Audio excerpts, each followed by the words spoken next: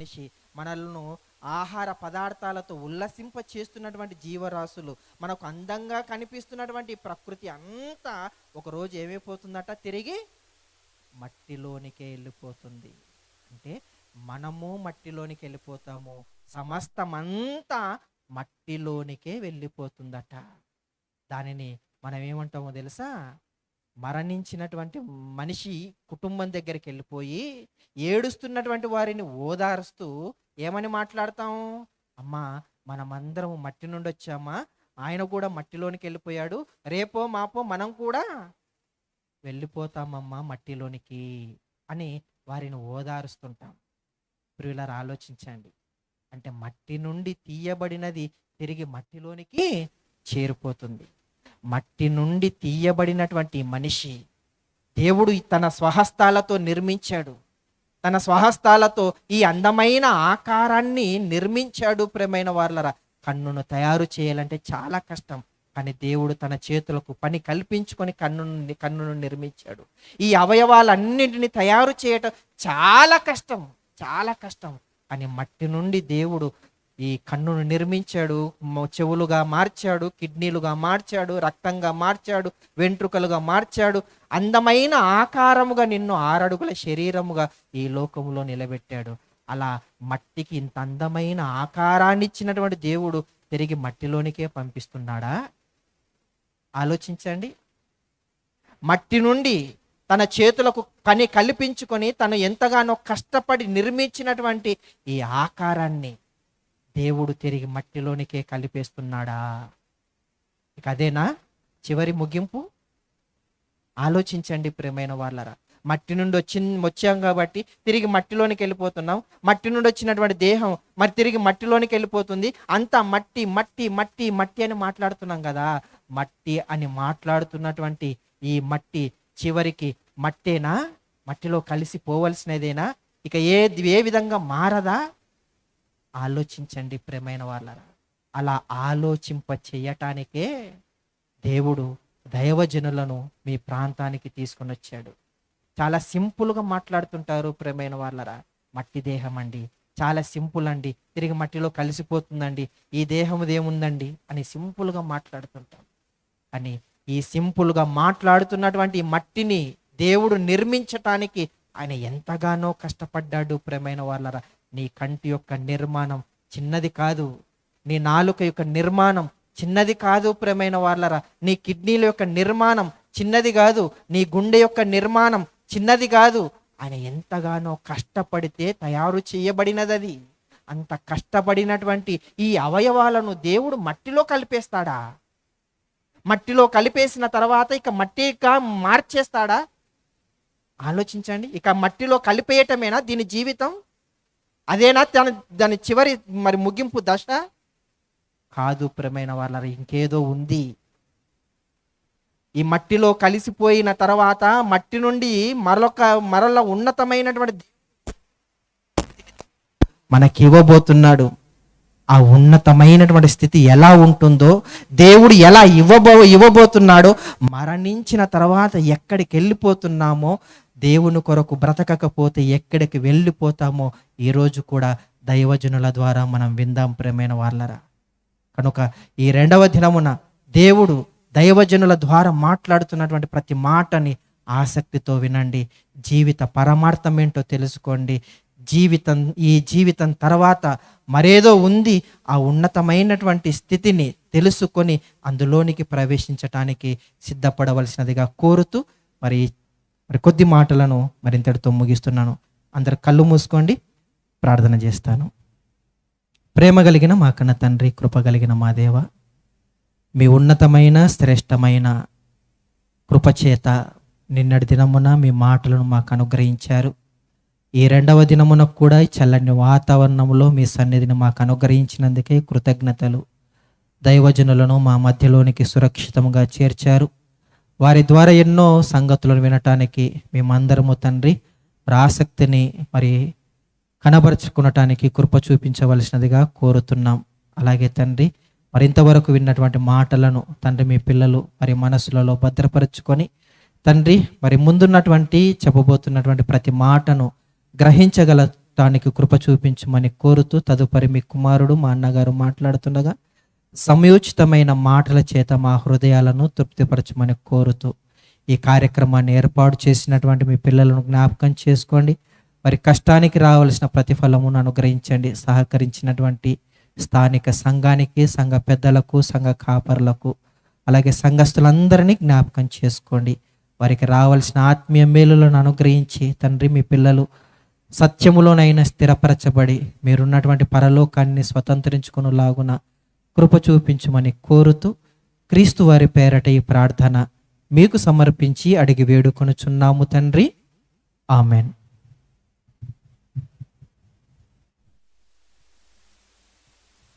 ప్రియులారా, మరి సమయమున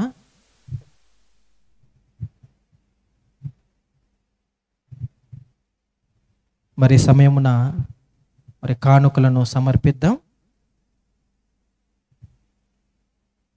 మరి కానుకలను సమర్పించుచుండగా మన మధ్యలో ఉంటున్నటువంటి మరి పెద్దలు దేవదానమన్న గారు ప్రార్థించి మరి పాట పాడవలసినదిగా మనవి చేస్తున్నాను.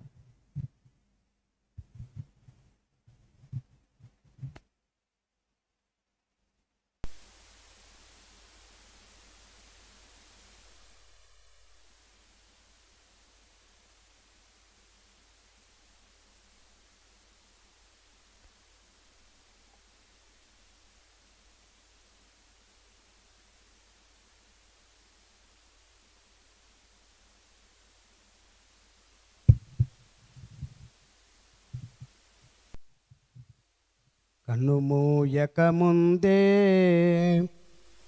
తెలుసుకో నిజాన్ని, కన్నుమూయక ముందే తెలుసుకో నిజాన్ని. ఈ భూమిపై ఎందరో పుట్టారు, ప్రతి పుట్టినరోజు చావుకు దగ్గరవుతారు. ఈ భూమిపై ఎందరో పుట్టారు, ప్రతి పుట్టినరోజు చావుకు దగ్గరవుతారు. తినుచు త్రాగుచు సంతోషించుమని చెప్పి, తినుచు త్రాగుచు సంతోషించుమని చెప్పి నిన్ను అర్ధాంతరంగా వదిలివేస్తుంది, నిన్ను అర్ధాంతరంగా వదిలివేస్తుంది. మట్టి నుండి పుట్టింది, మట్టికి చేరింది, ఆరని అగ్నికి ఆత్మను పంపేస్తుంది. తెలుసుకో ఈ నిజాన్ని, నీ శరీరమే నీకు శత్రువని, నీ శరీరమే నీకు శత్రువని. కన్నుమూయక ముందే తెలుసుకో నిజాన్ని. మేనుపైన మమకారం పెంచుకోకుమా, మరణించగానే ఎవరు నిన్ను ఉంచుకోరు సుమా. మేనుపైన మమకారం పెంచుకోకుమా, మరణించగానే ఎవరు నిన్ను ఉంచుకోరు సుమా. ఆశా మమకారాలు పెనుబుచ్చులు సుమా, నీ దేహాన్ని తగులబెట్టు కట్టెలనే మరువకుమా. ఆశా మమకారాలు పెనుబుచ్చులు సుమా, నీ దేహాన్ని తగులబెట్టు కట్టెలనే మరువకుమా. దేహాన్ని తగులబెట్టు కట్టెలనే మరువకుమా. తెలుసుకో ఈ నిజాన్ని, నీ శరీరమే నీకు శత్రువనే, నీ శరీరమే నీకు శత్రువనే. కన్నుమూయక ముందే తెలుసుకో నిజాన్ని. నీ దేహం దేవునికై వినియోగిస్తే, నీ ప్రాణం ప్రభునికై పణముగా పెడితే, నీ దేహం దేవునికై వినియోగిస్తే, నీ ప్రాణం ప్రభునికై పణముగా పెడితే, మన్నైన నీ దేహం మహిమగా మారును, అంతరిక్షమే దానికి అడ్డు తొలగిపోవును. మన్నైన నీ దేహం మహిమగా మారును, అంతరిక్షమే దానికి అడ్డు తొలగిపోవును. పుట్టి తెలుసుకున్నావే లోకముందని, మరణిస్తే తెలుస్తుంది మరో లోకముందని. పుట్టి తెలుసుకున్నావే లోకముందని, మరణిస్తే తెలుస్తుంది మరో లోకముందని. తెలుసుకో ఈ నిజాన్ని, నీ మృత్యువు వెనకే ఉంది మిస్టరీ. దైవ గ్రంథం తెలిపింది దాని హిస్టరీ. కనుమూయక ముందే తెలుసుకో నిజాన్ని.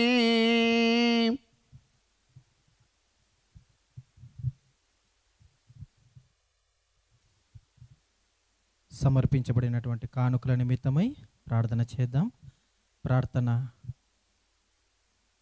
మన మధ్యలో మరి ఇమ్మానుయేలన్న గారు మరి వారు వచ్చి సమర్పించబడిన కానుకల నిమిత్తమై ప్రార్థించవలసినదిగా ఆహ్వానం తెలియజేస్తున్నాను.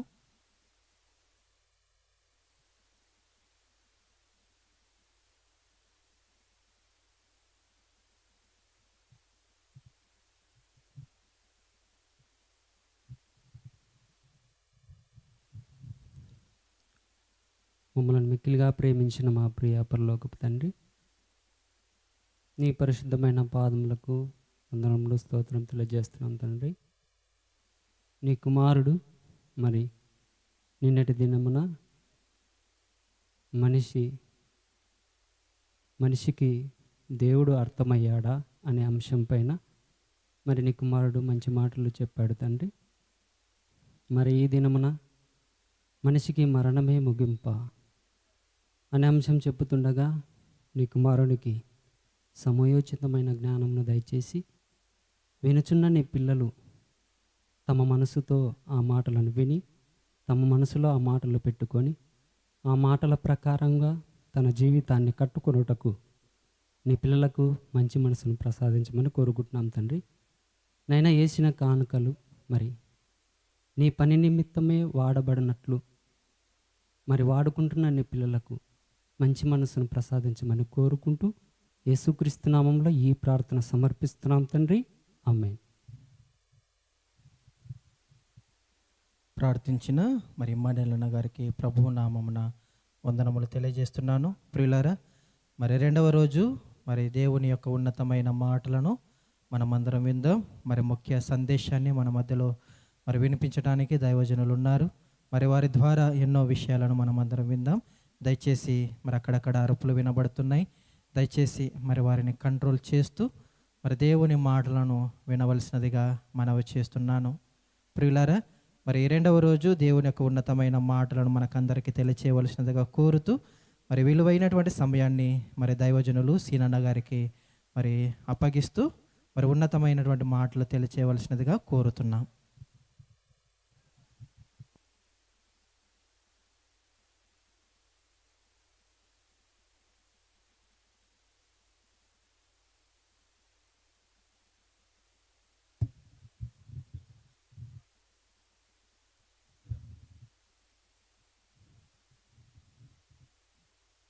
హలో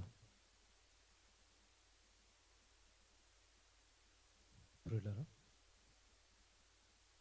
రెండవ రోజు ఈ సభలో దేవుడు మనకి తోడుగా ఉన్నాడు. వాతావరణాన్ని అనుకూలపరిచాడు. కొద్దిసేపు మనం ఆయన మాటలు వినాలి అని కనుక దేవుడిచ్చిన ఈ శ్రేష్టమైన సమయాన్ని వృధా చేయక, నిర్లక్ష్యం చేయక మీ మనసులన్నీ కొద్దిసేపు దేవుడి వాక్యం పైన కేంద్రీకరించవలసిందిగా తెలియచేస్తూ ప్రార్థన చేసుకుని వాక్యంలోనికి వెళదాం. ప్రార్థన. పరమందున్న మా కన్న తండ్రి, దేవా, ఈ జీవితాన్ని మాకు అనుగ్రహించి ఈ భూమి మీద మేము బ్రతికి 60-70 ఏళ్ల మా జీవితంలో మేము ఎందుకు పుట్టాము, ఎందుకు ఈ లోకానికి వచ్చాము, మరణించిన తర్వాత మేము ఏమవుతాము, సమస్తాన్ని గ్రంథస్థం చేయించి బైబిలుగా మా చేతుల్లో పెట్టారు. ఆ బైబిలులో ఉన్న ఒక సందర్భాన్ని నేర్పించటానికి ఈ సభలు మీ పిల్లలు ఏర్పాటు చేశారు. తండ్రి, తోడుగా ఉండి వాతావరణాన్ని అనుకూలపరిచినందుకు స్తుతులు చెల్లిస్తున్నాం. మీ పిల్లలకు మీ మాటలు చెప్పడానికి సిద్ధపడి ఉంటుండగా మీ సహాయంతో తండ్రి, మీ పిల్లలకు మీ మాటలు అర్థం చేయించగలిగే సమయోచిత జ్ఞానాన్ని అనుగ్రహించండి. ఏర్పాటు చేసిన పిల్లలను, వేదిక మీద ఉన్న దైవజనులను, వినడానికి వచ్చిన మీ పిల్లలు అందరినీ జ్ఞాపకం చేసుకునండి. యేసుక్రీస్తు వారి పేరట ఈ ప్రార్థన విన్నపాలు అడిగి వేడుకొంచున్నాము తండ్రి, ఆమేన్. ప్రియులారా, వేదికను అలంకరించిన దైవజనులు, మరి నాకు ముందుగా చక్కటి వాక్యపు సందేశాన్ని అందించిన దైవజనులు రాజేష్ అన్న గారికి నా ప్రత్యేకమైన వందనాలు. అలాగే మిగతా దైవజనులందరికీ కూడా ప్రత్యేకమైన వందనాలు తెలియజేస్తున్నాను. చేరువచ్చిన మీకును ప్రభు పేరట శుభాలు, వందనాలు. దేవుని పిల్లలారా, మనిషికి మరణమే ముగింప అన్న అంశాన్ని ఈరోజు మనం వినబోతున్నాం, నేర్చుకోబోతున్నాం. మనిషికి మరణమే ముగింప. దేవుని పిల్లలారా, మనిషి పుట్టుక పేరుతో ఈ లోకాన్ని చూశాడు. పుట్టేంత వరకు ఈ లోకం ఒకటి ఉంది అని, ఈ లోకంలో మనుషులు ఉన్నారు అని, ఈ లోకంలో ఇన్ని రంగులు, ఇన్ని రుచులు, ఇంత అందమైన ప్రకృతి ఉంది అని పుట్టేంత వరకు మనిషికి తెలియదు. పుట్టిన తర్వాత, ఊహ వచ్చిన తర్వాత ఒక్కొక్కటి చూసి కొన్ని నేర్చుకున్నాడు, విని కొన్ని నేర్చుకున్నాడు, తింటున్నాడు, త్రాగుతున్నాడు, బ్రతుకుతున్నాడు, ఈ లోకాన్ని చూశాడు. ఈ లోకంలో మనిషి భూమి మీదకి వచ్చిన తర్వాత ఒక 60 ఏళ్ళు 70 ఏళ్ళు బ్రతుకుతున్నాడు. ఈ బ్రతుకు కాలంలో చిన్నప్పుడు చదువుకుంటున్నాడు, కాస్త పెద్ద అయిన తర్వాత యవ్వనానికి వచ్చిన తర్వాత వివాహం చేస్తున్నారు, పిల్లల్ని కంటున్నారు, వాళ్ళని చదువులు చెప్పిస్తున్నారు, తర్వాత వాళ్ళకి వివాహాలు చేస్తున్నారు. ఇక ఈలోపుగా వృద్ధాప్యం అనేది మనిషిని పలకరిస్తుంది. వృద్ధాప్యానికి వస్తున్నారు. వృద్ధాప్యంలోకి వచ్చి కొద్ది రోజులు ఈ శరీరంలో బాధపడి మరణించి వెళ్ళిపోతున్నారు. మనుషులు ఈ లోకాన్ని చూసి, ఈ లోకంలో ఉన్న వాళ్ళని చూసి, ఇక మనిషి మరణించాడు అంటే జీవితం అయిపోయింది, ముగింపు పడింది. అంటే మనిషికి చివరి ముగింపు ఏది అంటే మరణం అని అనుకుంటున్నారు. అంటే మరణంతో నా జీవితం ముగిసిపోయింది, చావు వచ్చిందంటే చాలు, చావుతో ఇక జీవితం అనేది అంతమైపోయింది, ఇక ఏమీ లేదు అన్న ఆలోచనలో ఈరోజు మానవ జాతి ఉంది. అందుకే చాలామంది ఒక మాట మాట్లాడుతూ ఉంటారు, లోక సంబంధంగా వచ్చే మరణం గురించి మాట్లాడుతూ, ఏముందరా ఈరోజు చచ్చిపోతే రేపటికి 2 అంటారు. విన్నారా ఈ మాట? సామెత. ఈరోజు చస్తే రేపటికి 2 అంటే ఈరోజు చచ్చానంటే నా జీవితం అయిపోయింది, రేపు 2వ రోజు. ఏముంది జీవితం? చనిపోతే అయిపోయింది అన్నట్టుగా మాట్లాడుతున్నారు. దేవుని పిల్లలుగా మనం ఆలోచిస్తున్నప్పుడు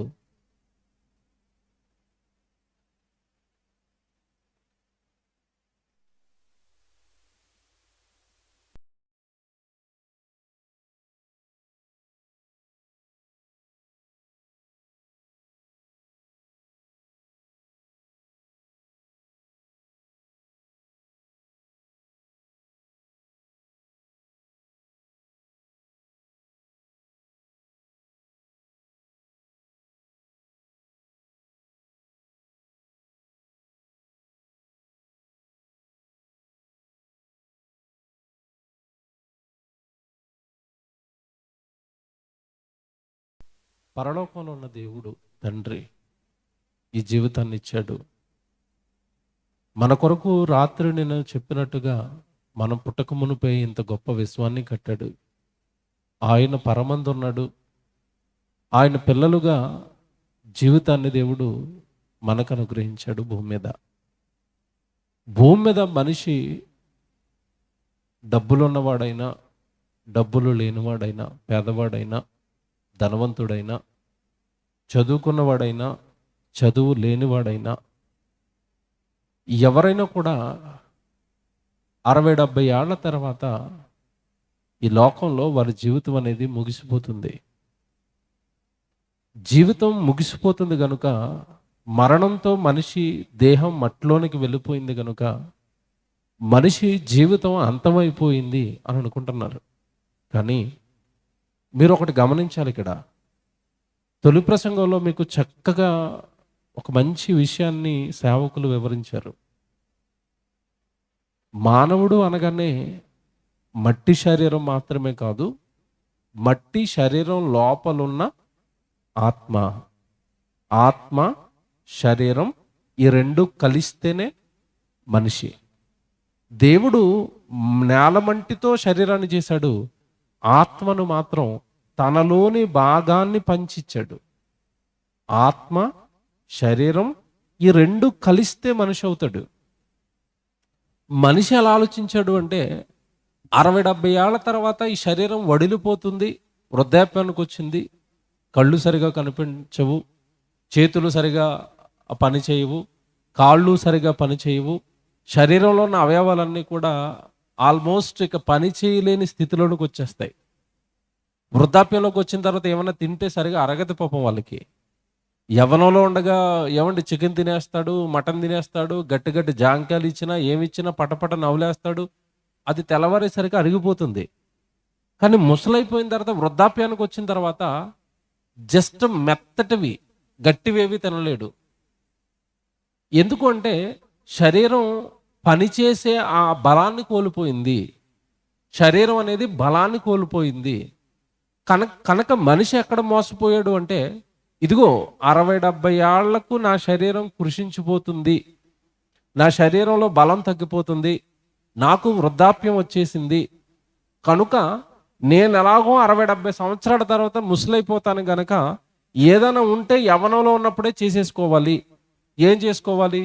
తినాలి, త్రాగాలి, సంపాదించుకోవాలి, ఏమైనా కట్టుకోవాలంటే కట్టుకోవాలి, ఏదైనా కూర్చుకోవాలంటే కూర్చుకోవాలి అని జస్ట్ ఈ దేహాన్ని మాత్రమే చూసి మనిషి ఈ దేహానికి ఉన్న జీవితమే జీవితం అనుకుని, ఈ దేహం ఎలాగో వృద్ధాప్యానికి వచ్చి తర్వాత మరణించి జీవితం అయిపోతుంది కనుక ఈ శరీరానికి వృద్ధాప్యం రాక మునుపు నేను లోకంలో ఏదైనా చెయ్యాలి అన్నట్టుగా కేవలం శరీరాన్ని చూసి, శరీరానికి వచ్చే 60-70 ఏళ్ల తర్వాత మరణాన్ని చూసి మనిషి జీవితం 60-70 ఏళ్లకు ముగిసిపోతుంది అన్న ఆలోచనకు వచ్చేసాడు.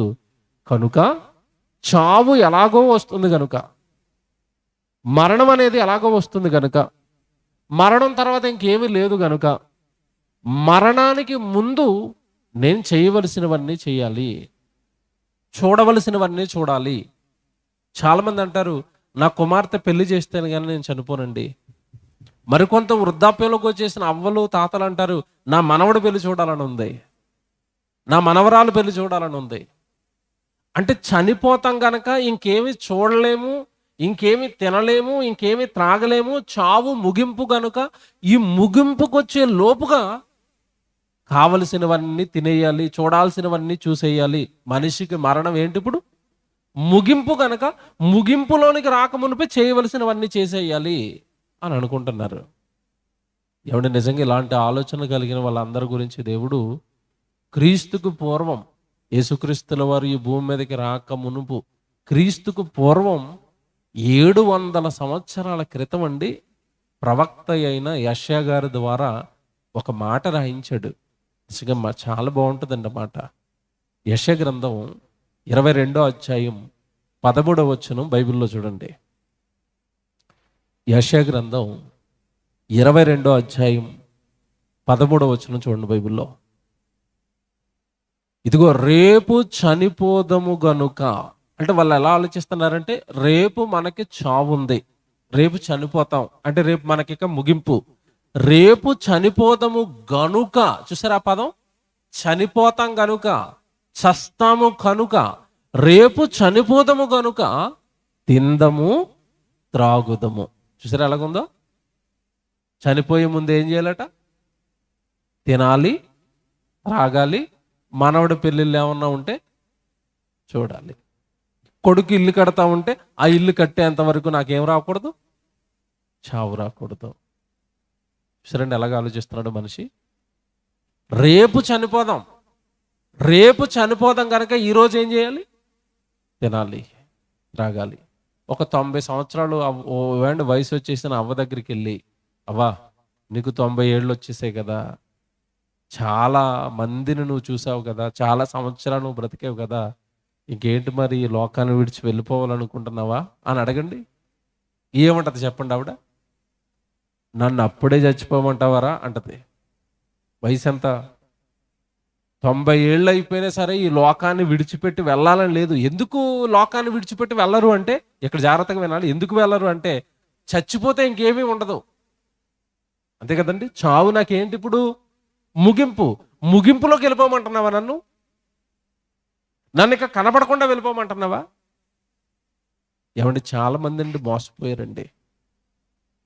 రేపు చనిపోదాము గనుక తిందము త్రాగుదాం, చనిపోతాం గనుక, చచ్చిపోయిన తర్వాత తినలేం గనుక, చనిపోయిన తర్వాత త్రాగలేం గనుక ఈ అందమైన లోకాన్ని చావుకు ముందు అనుభవించేయాలి, చావు తర్వాత ఇంకేమీ లేదు అని అనుకుంటున్నాడు మనిషి. ఏమండి మీరు చూడండి, డాక్టర్ దగ్గరికి వెళ్ళిన తర్వాత ఏదైనా తీరని రోగం వచ్చి, ఏ క్యాన్సర్ రోగం వచ్చిందనుకోండి, ముదిరిపోయిన తర్వాత తెలిసిందనుకోండి క్యాన్సర్ ఉందని, డాక్టర్ పరీక్షలన్నీ చేస్తాడు. పరీక్షలన్నీ చేసిన తర్వాత ఆయనకి తెలిసిపోద్ది పేషెంట్ క్యాన్సర్ అంతా చచ్చిపోతాడని. అప్పుడు ఏం చెప్తాడు డాక్టర్ అంటే, ఈయన కొంచెం బయటకు తీసుకుపోండి పేషెంట్ని అంటాడు. పేషెంట్ బయట తీసుకుపోయారా, కొడుకులు ఎవరో కూతుర్లు ఎవరో రండి అంటాడు. ఆ కొడుకులు కూతుర్లు వెళ్ళారు. అప్పుడు ఏం చెప్తాడు చెప్పండి, మీ నాన్న ఇక చనిపోతాడు, క్యాన్సర్ చివరి స్టేజ్లో ఉంది, ఏం చేయాలని డాక్టర్ గారు, ఏది తింటాడో అది పెట్టేయండి అంటాడు. అంటాడా? డాక్టర్ గారు చూడండి ఎలాగ ఆలోచించాడు. ఎలాగో చచ్చిపోతాడు గనక, ఎలాగో ముగింపులోకి వెళ్ళిపోతున్నాడు గనక మీ నాన్నకి ఇష్టమైనవన్నీ పెట్టేయండి. బిర్యానీ తింటే బిర్యానీ పెట్టేయండి, మందు తాగుతాడా మందు ఇచ్చేయండి, ఏమైనా స్వీట్ ఇష్టమా స్వీట్ ఇచ్చేయండి, ఏమైనా పలహారాలు ఇష్టమా పలహారాలు ఇచ్చేయండి, ఎవరింటికన్నా వెళ్ళి ఎవరినైనా చూడాలనుకుంటున్నాడా వాళ్ళ దగ్గరికి తీసుకెళ్ళి వాళ్ళని చూపించేయండి, అతనికి ఇష్టమైనవన్నీ చేసేయండి, తింటానన్నవన్నీ పెట్టేయండి, త్రాగుతానన్నవన్నీ ఇచ్చేయండి. ఎందుకు? అతను ఏమైపోతాడు, చచ్చిపోతాడు. చూసారా, సామాన్య మానవులు ఇలాగా ఆలోచించారు, తినాలి త్రాగాలి చచ్చిపోవాలని. చివరికి డాక్టర్లు కూడా, చదువుకున్న వాళ్ళు కూడా చచ్చిపోయిన తర్వాత ఇంకేముండదు కాబట్టి చావుకు ముందు అతను ఏం తింటాడో అన్ని అతనికి పెట్టేయండి. అంటే మానవుడు ఎలా ఆలోచిస్తున్నాడంటే, నేను పుట్టింది ఇప్పుడు తినడానికి త్రాగడానికి, అంతేనా, చచ్చిపోయే లోపు తినాలి త్రాగాలి. కసబ్ మీకు తెలుసు కదండి, తెలుసా? కసబ్ టెర్రరిస్ట్, తాజ్ హోటల్ పైన, మన భారతదేశం పైన దాడులు చేశాడు, చాలా మందిని చంపేశాడు, క్రూరుడు. వాడికి ఉరిశిక్ష విధించింది కోర్టు. ఉరిశిక్షకు ముందు మరి చివరి కోరిక అడుగుతారు కదా, కసబ్ నేను ఉరేసేస్తాం కదా, నీ చివరి కోరిక అంటాడు. ఏమడిగాడు తెలుసండి, వాళ్ళ ఊర్లో ఒక స్వీట్ తయారు చేస్తారట, స్వీట్ అంటే వాడికి బాగా ఇష్టం అట, నాకు ఆ స్వీట్ పట్టుకురండి అని అడిగాడు. ఆ స్వీట్ తిని చచ్చిపోయాడండి. మనుషులు తిండి పిచ్చి ఎంత బాగా పట్టేసింది చూసారా, తినాలి త్రాగాలి ఈ లోకాన్ని అనుభవించాలి, చచ్చిపోయిన తర్వాత ఏమీ లేదు. నిజమేనా ఇది? ఇలాంటి వాళ్ళందరి గురించి దేవుడు ఏమంటున్నాడు తెలుసండి, ఒక రకంగా చెప్పాలంటే, చనిపోతాను, చచ్చిపోయిన తర్వాత ఏమీ లేదు, మరణం ముగింపు అనుకున్న వాళ్ళందరి గురించి దేవుడు ఏమంటున్నాడు తెలుసా, అసలు మీకు జ్ఞానం లేదు అన్నాడు దేవుడు బైబిల్లో. కొరింథీయులకు రాసిన మొదటి పత్రిక, బైబిల్ తీయండి, కొరింథీయులకు రాసిన మొదటి పత్రిక, ఇదే సందర్భం అండి. యెషయా గారు రాసిన ఇదే సందర్భాన్ని కొత్త నిబంధనలో కొరింథీ పత్రికలో పౌలు గారు జ్ఞాపకం చేస్తారు. మళ్ళీ 15వ అధ్యాయం 31వ వచనం మీరు చూడండి. కొరింథీయులకు రాసిన మొదటి పత్రిక 15వ అధ్యాయం 31వ వచనం మీరు చూడండి. సహోదరులారా, మన ప్రభువైన క్రీస్తు యేసునందు మిమ్మును గూర్చి నాకు కలిగి ఉన్న అతిశయము తోడు, ఇదిగో నేను దినదినమును చనిపోవచ్చున్నాను. ప్రతిరోజు చావే, నాకు ప్రతిరోజు చావే. సువార్తకి వెళ్ళినప్పుడు ఎవరు కొడతారో తెలీదు, ఎవరు తిడతారో తెలీదు, ఎవరు చంపుతారో తెలీదు, ఎవరు నన్ను హింసిస్తారో తెలీదు. నేను ప్రతిరోజు కూడా దేవుడిలో చనిపోతూ ఉన్నాను. నేను దినదినము చనిపోతున్నాను. నేను దినదినము చనిపోవచ్చున్నాను. మనుష్య రీతిగా నేను ఎఫెసులో మృగములతో పోరాడాను. ఏమండి, ఈ చావు ఎందుకు వస్తుందట పౌలు గారికి? ఆయన సువార్తకి వెళ్ళిన ప్రతి చోట ఆయనకి ఎవరు ఎదురవుతున్నారట? మృగాలు అనగానే సింహాలు పులులు అనుకోకండి, మానవ మృగాలు ఎదురవుతున్నాయి. యేసుక్రీస్తుల వారిని ప్రకటిస్తే తిడుతున్నారు, కొడుతున్నారు. యేసుక్రీస్తుల వారి గురించి చెబుతున్నందుకు ఏమంటే భయంకరంగా హింసిస్తున్నారు. ప్రస్తుత సమాజం అలాగే ఉంది కదండి. సువార్త చెబుతున్న ఎంతో మంది సువార్తికులు కొడుతున్నారు. మీరు చూస్తున్నారు న్యూస్ల్లో, వార్తల్లో, ఫేస్బుక్లో, యూట్యూబ్లో. బైబిల్ను పంచుతున్న వాళ్ళని కొడుతున్నారు, సువార్త చెబుతున్న సేవకులను కొడుతున్నారు, చాలా చోట్ల మందిరాలు కూల్చేస్తున్నారు. ఇది ఇప్పుడు ఏదో కొత్తగా వచ్చింది అనుకోకండి, ఎప్పుడో నుంచో ఇది జరుగుతూనే ఉంది. క్రైస్తవుడికి శ్రమలు కొత్త ఏమీ కాదు. ఈ తాటాకు చప్పుడులకి క్రైస్తవుడు ఎప్పుడూ భయపడ్డాడు. క్రైస్తవుడు, నిజ క్రైస్తవుడు భక్తి ఎలా ఉంటుందంటే, ఇదిగో మమ్మల్ని ఏం చేసినా సరే దినదినము మేము చనిపోవడానికి సిద్ధం. అది క్రైస్తవ్యం అంటే. ప్రభువు కోసం ప్రాణాలు పెట్టడానికి సిద్ధపడిన వాడిని ఎవడి చిన్న చిన్న తాటాకు చప్పుళ్ళు భయపెడతాయా? ఈ చిన్న చిన్న హింసలు, చిన్న చిన్న కష్టాలు, చిన్న చిన్న వేదనలకి క్రైస్తవుడు క్రీస్తును వదిలేసి, దేవుడు పని వదిలేసి, సేవను వదిలేసి వెనక్కి వెళతాడంటే వెళ్ళనుగాక వెళ్ళడు. ప్రాణం పెట్టడానికి సిద్ధంగా ఉన్నవాడే క్రైస్తవుడు. అదే పౌలు గారు చెప్తున్నారు అక్కడ, నేను దినదినము చనిపోవచ్చున్నాను. కారణం ఏంటంటే మనుష్య రీతిగా నేను ఎఫెసులో మృగములతో పోరాటం చేశాను. దేవుడి పక్షాన భూమి మీద మానవ మృగాలతో పోరాటం చేశాను. నన్ను కొట్టారు, తిట్టారు, హింసించారు, అయినా సరే ప్రభువుని విడిచిపెట్టలేదు, ప్రభు యొక్క సువార్తను నేను విడిచిపెట్టలేదు అన్నాడు. ఆ తర్వాత మాట మీరు చూస్తే ఆశ్చర్యం అండి. ఇప్పుడు మాట తర్వాత మాట చదవండి. మృతులు లేపబడని ఎడల, ఏమండి పదమండలం చేసుకోండి, ఏటట మృతులు అన్నాడు. మృతులు అనగానే ఎవరు? చనిపోయిన వారు. చనిపోయిన వారితో చచ్చిపోతే అంతం అని మనం అనుకున్నాం. కానీ పౌలు గారు అంటున్నారు మృతులు లేపబడని ఎడల, అంటే చచ్చిపోయిన వాడు మరలా తిరిగి ఏం చేస్తాడట? లేస్తాడు. మరణము ముగింపు కాదు, మరో జీవితానికి ప్రారంభం. ఎంత బాగా రాస్తున్నాడు చూడండి, అక్కడ జాగ్రత్త చదవాలి. అది మృతులు లేపబడని ఎడల, రేపు చనిపోతాము గనుక తిందాం త్రాగుదాం. ఇక్కడ మీరు అర్థం చేసుకోవాలి ఇది జాగ్రత్తగా. ఒకవేళ చావు తర్వాత బ్రతుకు మనకి లేదనుకోండి, చనిపోయిన తర్వాత జీవితం లేదనుకోండి, తినండి, త్రాగండి, చచ్చిపోండి, ప్రాబ్లం లేదు. కానీ చనిపోయిన తర్వాత బ్రతుకుంది, మరణము ముగింపు కాదు. కనుక మరణము ముగింపు కాదు గనుక, మరణించిన వారు తిరిగి లేస్తారు గనుక, నువ్వు బ్రతుకు కాలంలో చేయవలసింది తిండి కోసమో, బ్రతకటం కోసమో, ఈ లోకంలో ఉన్న సుఖాలు అనుభవించడం కోసమో, ఆస్తుల కోసమో, ఇల్లుల కోసమో, పొలాల కోసమో నీ జీవితాన్ని, నీ దేహాన్ని ఖర్చు పెట్టకయ్యా. నీకు ఇవ్వబడిన ఆయుష్కాలాన్ని ఖర్చు పెట్టకయ్యా. నీకు ఇచ్చిన సమయాన్ని వీటి కోసమే వృధా చేసుకోకయ్యా. తినడానికో, త్రాగడానికో, బట్టల కోసమో, ఎవరి ఆస్తుల కోసమో నీ జీవితాన్ని వృధా చేసుకోకయ్యా. మృతులు లేపబడని ఎడల తిందాం త్రాగుదాం, కానీ మృతులు లేస్తారు కదా, నువ్వు మళ్ళా తిరిగి బ్రతకాలి కదా. నువ్వు తిరిగి బ్రతకాలి అంటే దేవుడి కోసం బ్రతకాలి కదా. నేను ప్రకటించినట్టుగా నువ్వు సువార్తకు వెళ్ళాలి కదా. అనేక మంది దుష్టులు, మానవ మృగాలతో దేవుడి పక్షాన నువ్వు పోరాటాలు చేయాలి కదా. అనేక మందిని నువ్వు నీ ధైర్యంతో, నీ సువార్త ప్రకటనతో, నీ సేవతో, నీ పనితో అనేక మందిని ప్రభువులో నిలబెట్టాలి కదా. మృతులు లేపబడని ఎడల తిందము త్రాగుదము అన్నాడు. తర్వాత మాట ఏం చూడండి, అక్కడ ఎంత బాగుంటుందో తెలుసా? మోసపోకుడి, దుష్ట సాంగత్యము మంచి నడవడిని చెరుపును. ఇప్పుడు బాగా వినాలి ఇది. రేపు చనిపోదాం గనక తిందము త్రాగుదాం అనుకున్న వాళ్ళందరూ ఏమైపోయారట? మోసపోకుడి. వాళ్ళందరూ ఇందులో ఉన్నారు. ఇప్పుడు చెప్పండి, ఎందులో ఉన్నారు ఇప్పుడు? అదేంటండి అది? తిందాం, త్రాగుదాం, సంపాదించుకుందాం, కూర్చుకుందాం, ఇదే జీవితం, 60-70 ఏళ్ల కోసం బతుకుదాం అనే వాళ్ళు అందరూ కూడా ఎందులో ఉండిపోయారట ఇప్పుడు? మోసపోతున్నారు. మరణం ముగింపు కాదు. 60-70 ఏళ్ల తర్వాత నీ జీవితం అంతమైపోవటం లేదు. కేవలం నీ మట్టి దేహానికి అంతం. అది మట్టి దేహం మట్టిలో కలుస్తుంది, అది అంతం కాదది. నీ ఆత్మకు ఆరంభం, మరో లోకానికి ఆరంభం, మరో జీవితానికి ఆరంభం, మరో లోకానికి ప్రవేశం, మరో లోకానికి నువ్వు వెళ్ళే ప్రయాణం మొదలవుతుంది మరణంతో. మరణము ముగింపు కాదండి, ప్రారంభం, మరో జీవితానికి ప్రారంభం. ఇక్కడ మీకు అర్థం అవడానికి చెప్తాను. పుట్టుక అనగానే ఈ లోక జీవితానికి ఆరంభం. అది పుట్టుక పేరుతో మనం పరలోకంలో ఉన్న దేవుడి దగ్గరలో నుండి ఆదాములోకి వచ్చి, ఆదాములో నుంచి తరతరాలు దాటుకుంటూ తల్లి గర్భంలో నుంచి ఒక రోజు ఈ లోకానికి వచ్చి చూసావు పుట్టుక పేరుతో నువ్వు. అది ఈ లోకానికి ఆరంభం పుట్టుక. చావు అనేసరికి మరో లోకానికి ఆరంభం. అది పుట్టుక పేరుతో ఈ లోకానికి ఎలాగైతే వచ్చావో, చావు పేరుతో నువ్వు మరో లోకానికి వెళతావు. ముగింపు కాదు. పుట్టక మునుపు ఉన్నావు నువ్వు, ఈ లోకంలోనికి రాక మునుపు. చనిపోయిన తర్వాత ఉంటావు. ఈ మధ్యలో ఉండే జీవితమే అది చాలా చిన్న జీవితమే.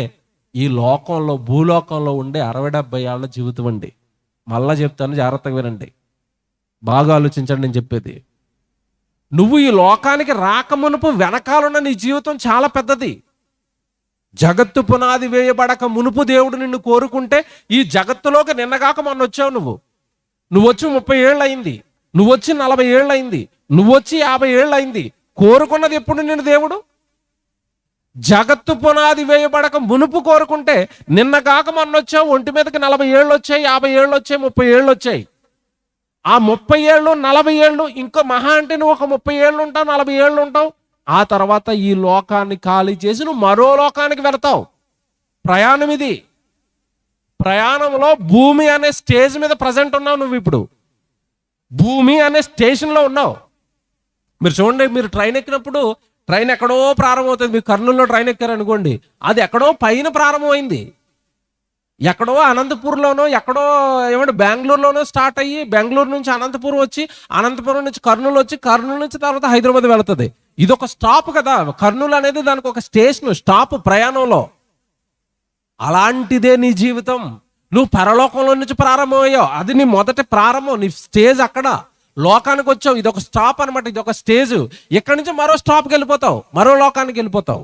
ట్రైన్ ఎలాగైతే స్టేజుల్లో ఆక్కుంటూ ప్రయాణం చేస్తుందో, నువ్వు కూడా పరలోకం నుండి ప్రయాణం చేసుకుంటూ భూమి అనే స్టేజ్ మీద ఉన్నావు. ఇప్పుడు ఎంతకాలం ఉంటావు ఇక్కడ? 60, 70, అధిక బలం ఉంటే 80. తర్వాత స్టాప్. ముందుకెళ్ళిపోద్దా? వెళ్ళిపోతుంది. మనం ఈ లోకం నుంచి వెళ్ళిపోవాలా? వెళ్ళిపోవాలి. ముగింపు కాదండి, మరో లోకపు ప్రారంభం. అందుకే అన్నాడు, ఇక్కడ మీరు చదవాలి. ఇప్పుడు పౌలు గారు చెప్తున్న మాట చదవాలి.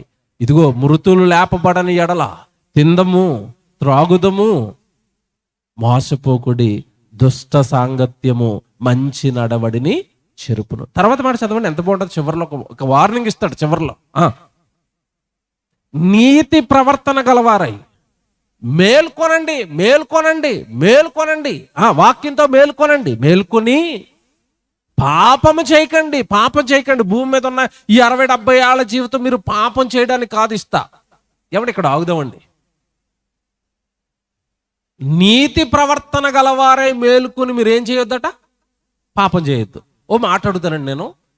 పాపం అంటే అర్థం ఏంటో చెప్పాలి నాకు. వెరీ గుడ్, భలే చెప్పారు. పాపం అంటే అర్థం ఏంటి? ఆజ్ఞ అతిక్రమం. Very good. ఇప్పుడు ఆజ్ఞ అతిక్రమిస్తున్న వాళ్ళు పాపం చేస్తున్నారు. Very good. మనం పాపం అనగానే ఎక్కడి వరకు ఆలోచించామంటే, వ్యభిచారం పాపం, దొంగతనం పాపం, నరహత్య పాపం, అబద్ధాలు పాపం, గుడికి వెళ్ళకపోవటం పాపం. Very good. ఇవన్నీ పాపాలే కదా. ఇక్కడ కూర్చున్నా మీరు ఎవరికి వీటిని చేయట్లేదండి అనుకుందాం. గుడికి వచ్చిన తర్వాత కూడా కొంతమంది చేస్తారు, వాళ్ళని ఎవరు ఏం చేయలేరు. ఇక ఒకవేళ మీరు వ్యభిచారం చేయట్లేదు, దొంగతనం చేయట్లేదు, నరహత్య చేయట్లేదు, అబద్ధాలు ఆడట్లేదు, పాపం చేయట్లేదు, మీరు పరలోకం వెళ్ళిపోతారా? బాగా ఆలోచించి ఆన్సర్ చెప్పండి. పాపానికి దేవుడు చెప్పిన అర్థం ఏంటి? ఆజ్ఞ అతిక్రమం. Very good. ఇక్కడ ప్రశ్న అయినా ఇక్కడ ఒకటి నేను, దేవుడు అబద్ధం ఆడొద్దు అన్నాడు, మానేసావు. Very good. జాగ్రత్తగా వినండి చెప్తున్నాను. అబద్ధం ఆడొద్దు అన్నాడు, మానేసావు. వ్యభిచారం చెయ్యొద్దు అన్నాడు, మానేసావు. అవన్నీ ఆజ్ఞలే కదా. దొంగతనం చెయ్యొద్దు అన్నాడు, మానేసావు. సువార్త చెయ్యి అన్నాడు, చేసావా? ఇది ఆజ్ఞాతిక్రమం కాదా? బాగా అర్థమవుతుంది ఇప్పుడు మీకు పాపం అంటే ఏంటో. అర్థమైందా? మళ్ళీ చెప్పనా? చెయ్యొద్దు అన్నవి మానేసావు. వెరీ గుడ్, మంచోళ్ళు మీరు. మరి చెయ్యమని చెప్పినవి ఇది పాపం అవుదా? బాగా ఆలోచించండి. అందుకే పౌలు గారు అంటున్నారు అక్కడ, నీతి ప్రవర్తన గలవారే మేల్కొని మీరేం చేయొద్దు, పాపం చేయొద్దు. పాపం చేయకపోవటం అంటే అర్థం ఏంటో తెలుసా? నీ కోసం నువ్వు తినడానికో త్రాగడానికో ఈ లోకంలో ఏదో సంపాదించుకోవడానికో దేవుడిచ్చిన ఈ దేహాన్ని వాడేయటం కూడా పాపం అన్నాడు. మీకు అర్థమైంది ఇప్పుడు? తినడానికో త్రాగడానికో కాదు పుట్టింది నువ్వు, నీ తండ్రి గురించి చెప్పడానికి పుట్టావు, నీ తండ్రి గురించి చెప్పించడానికి పుట్టావు, నీ తండ్రి ఉన్నాడు అని తెలియని లోకానికి తెలియజేయడానికి పుట్టావు, నీ దేహంతో ఆయన మహిమపరచడానికి పుట్టావు, ఆయన కోసం బ్రతకడానికి పుట్టావు. ఇదిగో నేనైతే ఎఫెసులో మృగాలతో పోరాడుతున్నాను, దేవుడి కోసం నేను దినదినము చనిపోతున్నాను. నా కోసం నేను బతకటం లేదు, దేవుడి కోసం బ్రతుకుతున్నాను. కారణం ఏంటి? మృతులు లేపబడతారు. ఒకవేళ ఈ జీవితానికి అంతం అనుకోండి, తర్వాత జీవితం లేదనుకోండి, నేను మీకులా తినేవాడిని, త్రాగేవాడిని, నేను మీకులాగే పెళ్లి చేసుకునేవాడిని. పౌలు గారు పెళ్లి చేసుకున్నారా? పెళ్లి లేదు. పిల్లలు ఉన్నారా? లేరు. ఏమైనా ఆస్తి ఉందా? ఉన్న ఆస్తిని అంతా దేనికి ఇచ్చేశాడు? పెంటతో సమానంగా సువార్తకి ఇచ్చేశాడు. ఎందుకు ఇవన్నీ త్యాగాలు చేస్తాడు పౌలు గారు అంటే, చచ్చిపోయిన తర్వాత బ్రతుకుంది, మరణము ముగింపు కాదు. ఆ ముగింపు కాకుండా మరో జీవితం నాకు రావాలి అంటే భూమి మీద నేను దేవుడి కోసం బ్రతకాలి, దేవుడి కోసం పని చేయాలి. ఇదిగో ఇలాంటి మీటింగులు పెట్టాలి, సభలు పెట్టాలి, దేవుడి గురించిన మహాజ్ఞానం చుట్టుపక్కల ఉన్న గ్రామాలకు తెలియ చెప్పాలి. పని చేయకపోతే పరలోకం ఇవ్వడు, పని చేయకపోతే నేను బ్రతకను, మరణము తర్వాత మరో జీవితం కావాలి అంటే భూమి మీద జీవితాన్ని దేవుడికి ఇవ్వాలి, తిన్ని తాగి చచ్చిపోవటానికి కాదు ఈ జీవితం. అంతమా చెప్పాడు పౌలు గారు. ఇప్పుడు అంటాడు కింద మాట, నీతి ప్రవర్తన గలవారే మేల్కొని పాపం చేయకండి, దేవుడిచ్చిన చక్కటి దేహాలను పిల్లల కోసం, కుటుంబాల కోసం, సంపాదనల కోసం, చదువుల కోసం, దీనికోసమే వాడేకండి. ఆ దేహాన్ని దేవుడికి వాడండి, అలా వాడకపోవటం కూడా మీరు చేసే పాపం అన్నాడా. ఆ తర్వాత మాట చూడండి ఎంత బాగుంటుందో. ఆ తర్వాత మాట మీరు చూస్తేనండి నిజంగా ఆశ్చర్యం. అది నీతి ప్రవర్తన గలవారే మేలుకొని పాపం చేయకుడి, దేవుని గూర్చిన జ్ఞానము కొందరికి లేదు. ఏం లేదట? ఏం లేదట? దేవుని గూర్చిన జ్ఞానము కొందరికి లేదు, మీకు సిగ్గు కలుగుటకై ఇలా చెప్తున్నాను. అంటే దేవుడి దగ్గరకు వచ్చిన వాళ్ళకి కూడా ఏం లేదట? దేవుని జ్ఞానము లేదా? లేదు. లేదు. మీకు మాట్లాడుతాను, మనకి జ్ఞానం ఉందో లేదో మనల్ని మనం పరీక్షించుకుందాం.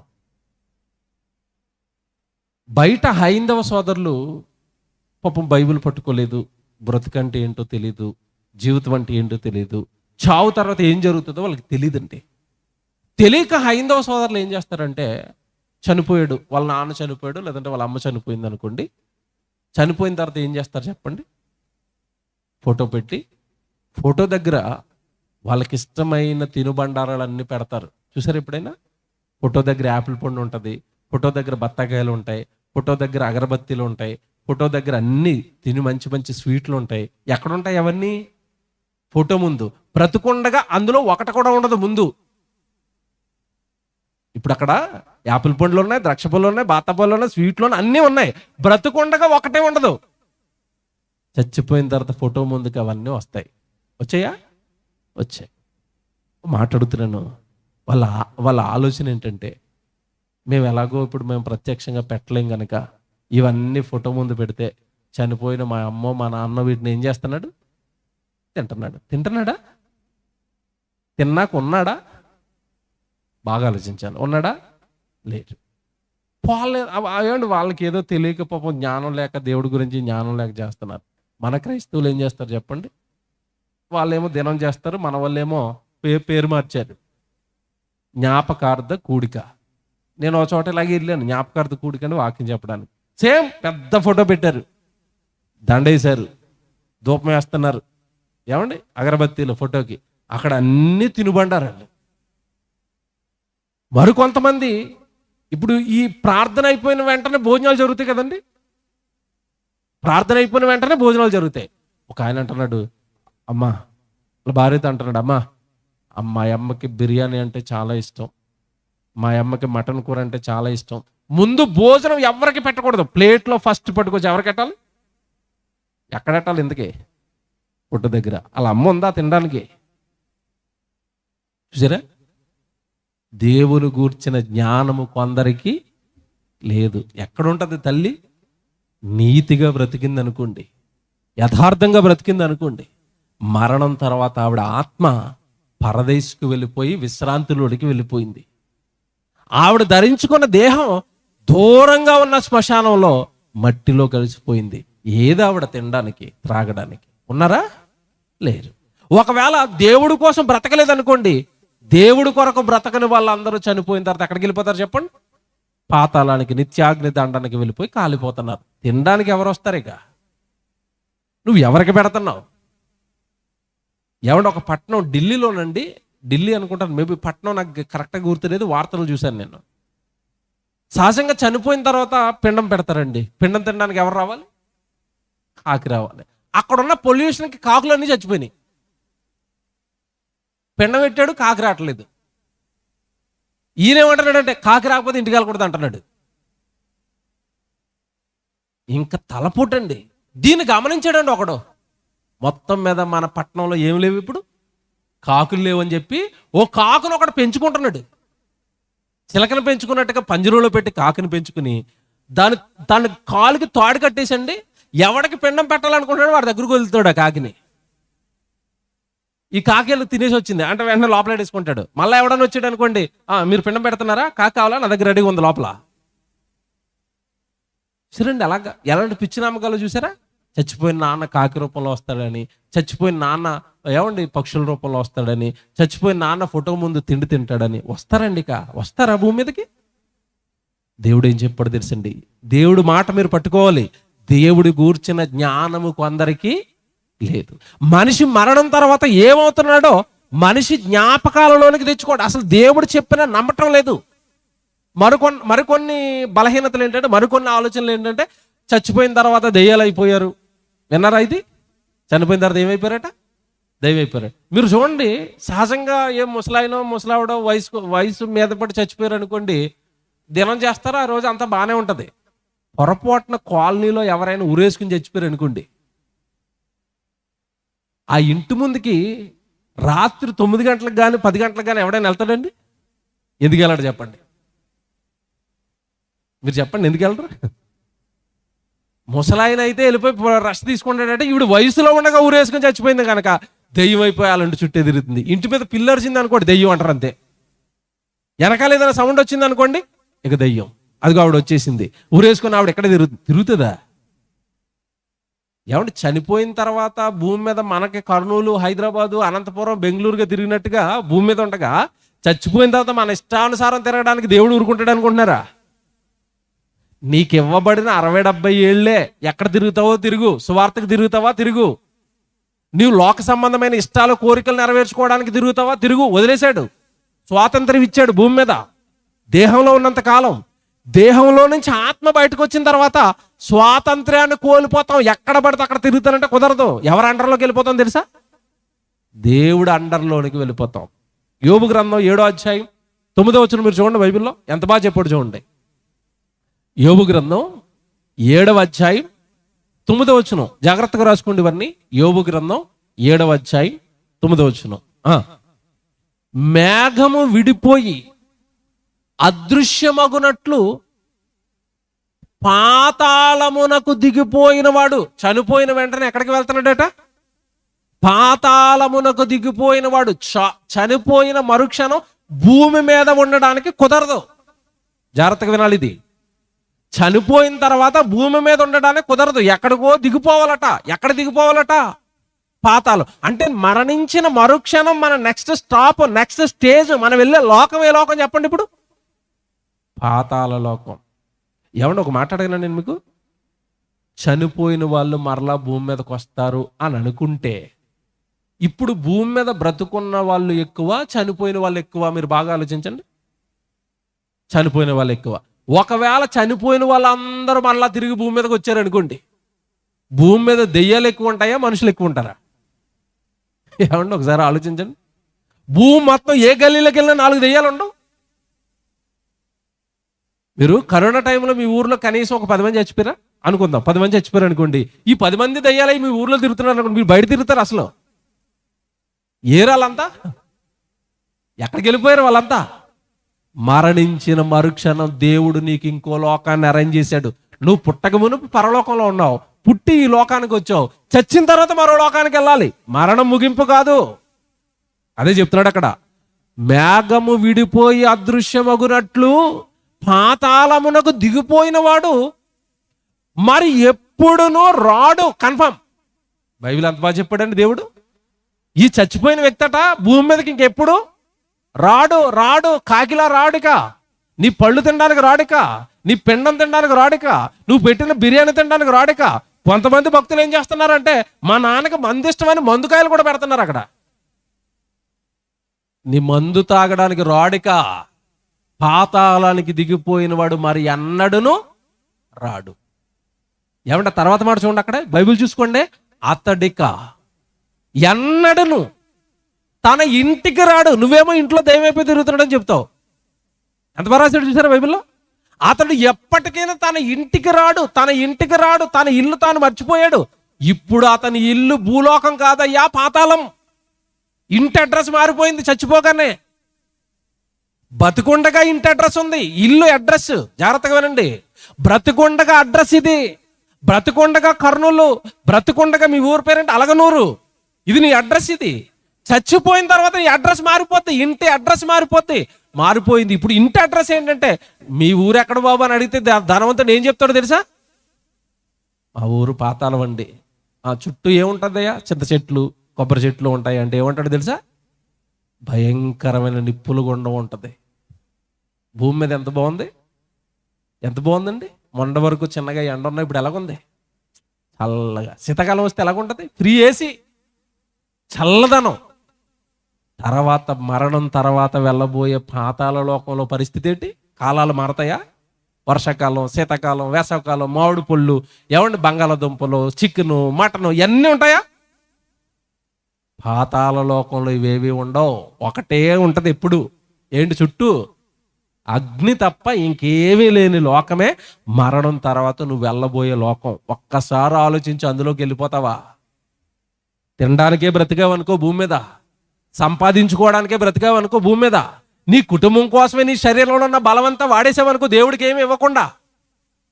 చచ్చిన మరుక్షణం మనం వెళ్ళిపోయే లోకం ఏదో తెలుసా? పాతాళ లోకం. ఆ లోకానికి వెళ్ళిన వాడట, ప్రభువా ప్లీజ్ నేను తప్పు చేసేసాను, నాకు ఇదంతా తెలీదు, నేను నీ కొరకు బ్రతకపోతే ఈ లోకానికి వస్తానన్న సంగతి తెలీదు, నిన్ను నమ్మకపోయినా, నువ్వు చెప్పిన వాక్యానుసారం భూమి మీద జీవించకపోయినా, పాపం చేస్తున్న బ్రతుకు కాలం అంతా పాపంలోనే గడిపేసిన, ఇదిగో ఇక్కడికి వచ్చేస్తానన్న సంగతి నాకు తెలీదు, ఒక్కసారి నన్ను భూమి మీదకి పంపించావంటే మరలా నీ కోసం మీటింగులు పెట్టి ఇక్కడికి వచ్చేస్తాను తండ్రి అన్నావు అనుకోండి, దేవుడు అంటున్నాడు ఈ పాతాళానికి వచ్చిన వాడు మరలా ఇంటికి వెళ్ళడానికి కుదరదు. అతని స్థలము అతని మరలా ఎరగదు. అతని స్థలం, ఇల్లు ఉంది కదా, 4 సెంట్లు ఇల్లు అంటున్నావు కదా, నాది 3 ఎకరాల పొలం అంటున్నావు కదా, నీ స్థలం నిన్ను ఎరగదట్టుగా. ఎవడరా నువ్వు అంటది మళ్ళీ వచ్చినా కూడా. నా ఓనర్ మారిపోయాడు, నీ టైం అయిపోయింది, వెళ్ళిపో, నువ్వు పాతాళానికి కొత్త ఓనర్ వచ్చాడు నాకు. అంతే కదండి. తండ్రి చచ్చిపోయాడు అనుకోండి, ఇల్లు ఎవరిది నెక్స్ట్? కొడుకుది. మా ఓనర్ మారిపోయాడు, నువ్వెవడంటది ఇంటికి వచ్చినా కూడా. ఇల్లు మారిపోతుంది, అడ్రస్ మారిపోతుంది. పాతాళానికి దిగిపోయినవాడు మరలా ఇంటికి రాడు, ఇంటికి రాడు. మీకు మాట చెప్పనండి, చాలా మందికి అండి ఇల్లు పిచ్చండి. ఎక్కడికైనా ఊరికి వెళ్ళారు అనుకోండి, కరెక్ట్గా 2 రోజులైతే నాకేం గుర్తొచ్చేస్తుంది? అబ్బాబ్బాబ్బా ఎంత ప్రేమ అండి దేని మీద? ఇంటి మీద. నేను ఒక మాట అడిగినా, ఎక్కడికి వెళ్ళండి, పోనీ సువార్తకు వచ్చారా, ఇప్పుడు దేవుడి పనిలో ఉన్నారా, దేవుడి సన్నిధిలో ఉన్నారా? నేను ఈ ప్రసంగం ఇలాగ ఇంకో గంట సేపు చెప్పాను అనుకోండి, అందరూ అటు ఇటు చూస్తూ ఉంటారు. ఏం జ్ఞాపకం వచ్చేసింది, ఇల్లు ఏమైపోతుందో, ఇంటి దగ్గర డోర్ వేసానో లేదో, ఇంట్లోకి ఏమైనా పిల్లి వచ్చిందో, కుక్క వచ్చిందో, బీరువాలో డబ్బులు వేసాను, తాళం పడిందో లేదో. మన ఆలోచనలన్నీ దేని మీద? ఇల్లు ఇల్లు ఇల్లు. ఏమన్నా మాట్లాడగనా మీరు బాధపడకండి. మీరు చచ్చిపోయిన మరుక్షణం మిమ్మల్ని పడేసేది ఎక్కడ చెప్పండి? ఎక్కడ? ఇంట్లో పెడతారా, బయట పెడతారా? బయటెట్టి ఎక్కడ ఎండ తగులుతుందోనో టెంట్ వేస్తారు ఆ రోజు మట్టికే, అంతేనా? చనిపోయిన మరుక్షణం మీరు మీరు మీరు ఇష్టపడి కట్టుకున్న ఇంట్లో నా ఇల్లు అన్నావు కదా, నీ కొడుకు మొదట చేసేది ఏంటో తెలుసా? మా అమ్మ చచ్చిపోయింది, అర్జెంటుగా బయటాడింది. ఎందు నుంచి లాగేశాడు బయటికి? ఇంట్లోంచే. నీ ఇల్లు అన్నావు, అందులోంచి లాగేశారు మొదట బయటికి. అందరూ వచ్చేంత వరకు వాకట్లో ఉంచుతారు, అందరూ వచ్చేంత వరకు ఐస్ బాక్స్లో పెడతారు, అందరూ చూసేంత వరకే ఆ వాకట్లో ఉంటావు, అందరూ చూసేంత వరకే పైన టెంట్ ఉంటుంది. అందరూ చూసిన తర్వాత చివరిసారిగా ఒక్కసారి లేపేస్తున్నాం చూడండి అంటారు. చూసారు అందరూ, చూసిన తర్వాత నెమ్మదిగా ఇక చివరి స్నానం, అంతే కదండి? చివరి స్నానం అది ఎలా చేయిస్తారండి? బిందులు బిందులు ఎత్తి పోస్తూనే ఉంటారు. అదొక రకమైన స్నానం. అది స్నానం అయిపోయింది, మంచి బట్టలు కడతారు, మంచి బట్టలు కట్టి పౌడర్ రాస్తారు. ఇలా చేతులు వేసి నువ్వు రాసుకున్నట్టు ఇలా రాస్తారా? పౌడర్ డబ్బా మూత పీకి చీమల ముందు కొట్టినట్టు కొడతారు. ఇలాగా నీకు చివరి పౌడర్ రాసుకుని పో డబ్బా అంతానమాట, అంతే కదండి? చివరి స్నానం, చివరి బట్టలు, చివరి పౌడరు, అంతే, అంతా అయిపోయింది. పెట్టారు పెట్టొక్కసారి అలా లేపారు, ఇంకంతేనండి. ఏడుపులు అలాగ పెట్టెళ్ళిపోయింది. అప్పటికే గోధి తీసి రెడీగా ఉంటుంది, ఆ గోతిలో పెట్టేస్తారు. ఏమన్నా అంతా మట్టేసేస్తారు. అయిపోయింది. ఇల్లు అన్నావు. ఏ ఇల్లును కోరుకుందో ఆ శరీరమే మట్టిలో పడుకుంది. ఆత్మమైన నిన్ను మాత్రం శరీరం ఏం చేస్తా తెలుసా? ఇక్కడ చెప్తాను అసలు విషయం ఏంటంటే, బ్రతుకున్నంత కాలం నాకు పొలం కొనవా అందే, బ్రతుకున్నంత కాలం నాకు బంగారం కొనవా అన్నదే, బ్రతుకున్నంత కాలం నాకు ఫ్రిడ్జ్ కొనవా అంటది, బ్రతుకున్నంత కాలం నాకు నేను ఇదిగో పలానా మటన్ తినాలనుకుంటున్నాను, చికెన్ తినాలనుకుంటున్నాను, నాకు ఏసీ కొనవా, నాకు ఫ్యాన్ కొనవా, నాకు టీవీ కొనవా, నాకు సెల్ ఫోన్ కొనవా. ఎన్ని అడిగిందండి?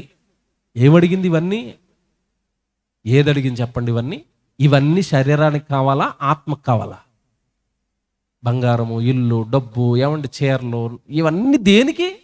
శరీరానికి. బాగా వినండి, వీటి కోసం నువ్వేం చేస్తున్నావు అంటే, శరీరం ఇల్లు అడుగుతుంది కదా, ఇల్లు కట్టావు, ఇల్లు కట్టిన తర్వాత దూరుకుంటుందా? ఫ్యాన్ కొన్నావు, ఫ్యాన్ కొంటే వేసవకాలం నేను ఉండలేకపోతున్నాను, ఏసీ కొన్నది, ఏసీ కొన్నావు.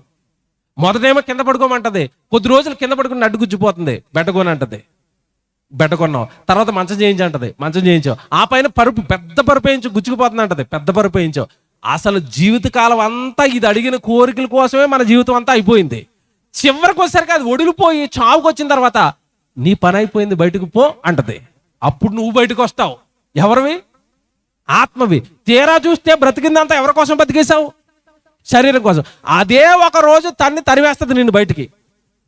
నా పని అయిపోయింది, నాకు పోస్ట్ పిలుపు వచ్చేసింది, ఎక్కడికి? శ్మశానానికి. నేను వెళ్ళిపోయి అందులో పడుకుంటాను, నీ ఇష్టం, నువ్వు ఎక్కడ పోతావు పో అంటది. అప్పుడు మన పరిస్థితి ఏంటో తెలుసా? అల్లాడిపోయి అటు ఇటు చూడగానే రయ్యమని ప్రయాణం అయిపోతా ఉంటుంది ఆత్మ. ఎక్కడికి?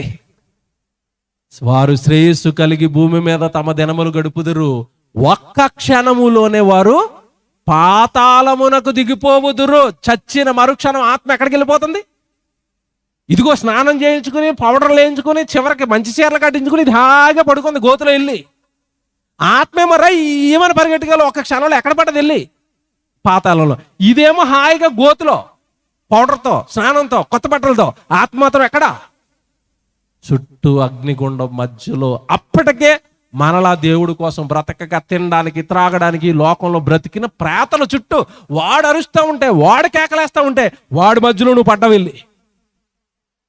ఒకసారి ఊహించుకోండి ఎలాగుంటది. ఏమంటే కొన్ని కోట్ల మంది అలాగా దేవుడి కోసం బ్రతకాక పాపాలు చేసి కాలిపోతున్న వాళ్ళ మధ్యలో నువ్వు పడి నువ్వు కాలిపోతా ఉంటే అప్పుడు గుర్తొస్తుంది ఏంటి? ఏం గుర్తొస్తుంది? అలకనూరు తారీఖు ఎంత ఈరోజు? 6వ తారీఖు జూన్ నెల. మా ఊర్లో మీటింగ్ జరిగింది. ఆ మీటింగ్లో ఇదిగో ఇదే చెప్పాడు ఆయన. ఏంటి? మనిషికి మరణము ముగింపు కాదు, దేవుడి కోసం బ్రతుకు అన్నాడు. విన్నాను, ఏమీ పట్టించుకోలేదు. ఇక్కడికి వచ్చేసాను. ఈ ప్రసంగం ఆ రోజు జ్ఞాపకం వస్తుంది నీకు. మారకపోతే, బ్రతుకును మార్చుకోకపోతే, మరణం తర్వాత జీవితం ఉందని దేవుడి కోసం బ్రతకకపోతే, దేవుని పిల్లలారా, దేవుడు భూమి మీద ఇచ్చిన ఈ దినాలన్నీ కూడా ఆయన కోసం బ్రతకడానికి, తిని త్రాగి మరణము ముగింపు అనుకుని ఈ లోకాన్ని అనుభవించి చచ్చిపోవడానికి కాదు, దేవుడి కోసం బ్రతకడానికి పుట్టాము. దేవుడిని మహిమపరచడానికి పుట్టాము. ఎంతమందికి అర్థమైంది? సత్యం అర్థం అవ్వలేదు. ప్రభువులోనికి వచ్చిన తర్వాత కూడా సత్యం అర్థం అవ్వలేదు. ప్రభువులోనికి వచ్చిన తర్వాత కూడా ఈ జ్ఞానము, మీలో కొందరికి జ్ఞానము లేదు అన్నాడా పౌలు గారు. ఈ జ్ఞానం ఎవరికి ఉంది చెప్పండి? ప్రభు దగ్గరకు వచ్చిన తర్వాత కూడా రాలేదు ఈ జ్ఞానం. అయ్యో, నేను చచ్చిపోయిన తర్వాత బ్రతుకుంది, నేను మధ్య తాగకూడదు, నేను వ్యభిచారం చేయకూడదు, నేను దొంగతనం చేయకూడదు, నా కాలాన్ని వృధాగా ఈ సినిమాలకి, టీవీలకి, రాజకీయాలకి, అంతే కదండి. నిజంగా వాళ్ళు బాగానే ఉంటారండి, రాజకీయాలు అయిపోయినాయి నిన్నటి మొన్నటితో. అయిపోయినాయి అంటే అయిపోలేదు. నేను ఈరోజు వార్త చూశానండి, ఎంత దారుణం అంటే, ఆంధ్రప్రదేశ్లో ఈ పార్టీకి చెందిన ఆ పార్టీకి చెందిన ఇద్దరు ఒకరొకరు కొట్టుకోనండి చంపుకున్నారు ఇద్దరు. వాళ్ళు ఏమంటున్నారో తెలుసా? రాజకీయ నాయకులు గద్దెనెక్కిన రాజకీయ నాయకులు ఏమంటున్నారో తెలుసా? ఇక అయిపోయింది రాజకీయాలు, ఇక ఇప్పుడు అతను నాకు పక్షపాతం ఏం కాదు, నేను అతను ఏమన్నాను, మీరు కూడా ఏమనకండి అంటున్నాడు. ఎలక్షన్కి ముందు మాత్రం ఇదిగో అతను తాట తీయాలి, అతను అధపాతాలను దొక్కాలన్నాడు. ఎలక్షన్లో గెలిచేసిన తర్వాత మేమిద్దరం ఒకటే, మీరు కూడా జాగ్రత్తగా ఉండండి అన్నాడు. ఇప్పుడు అమాయకులు ఎవరు చెప్పండి? అమాయకులు ఎవరు? ఈ కింద కొట్టుకు చచ్చిన వాళ్ళు కాదండి. రాజకీయాల కోసమా నీ జీవితం? మతాల కోసమా నీ జీవితం? లోక సంబంధమైన ఆశల కోసమా నీ జీవితం? లోకంలో ఉన్న పొలాల కోసమా నీ జీవితం? ఎందుకయ్యా ఈ లోక సంబంధమైన వాటికి దేవుడి కొరకు బ్రతకక వాటి మాయలో పడి నీ జీవితాన్ని ఎందుకు అంతం చేసుకుంటున్నావు? సినిమాల పిచ్చిలో ఒకరు, రాజకీయాల పిచ్చిలో ఒకరు, సంపాదన పిచ్చిలో ఒకరు, సుఖాలు భోగాలు అనుభవించడం పిచ్చిలో ఒకరు, రకరకాలుగా జీవితాన్ని పొడుచుకుంటున్నారు, నాశనం చేసుకుంటున్నారు. అందుకే దేవుడు అంటున్నాడు ఒక మాట, ప్రసంగి గ్రంథం మీరు చూడండి, 10వ అధ్యాయం 14వ వచనం. ప్రసంగి గ్రంథం 10వ అధ్యాయం 14వ వచనం చూడండి బైబిల్లో. ప్రసంగి గ్రంథం 10వ అధ్యాయం 14వ వచనం అండి.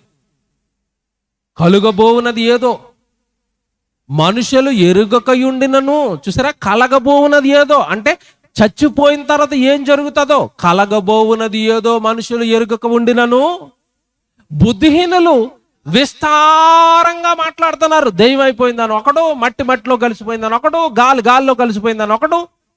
జీవితం గురించి, మనుషుల గురించి బుద్ధిహీనులు విస్తారంగా మాట్లాడుతున్నారు.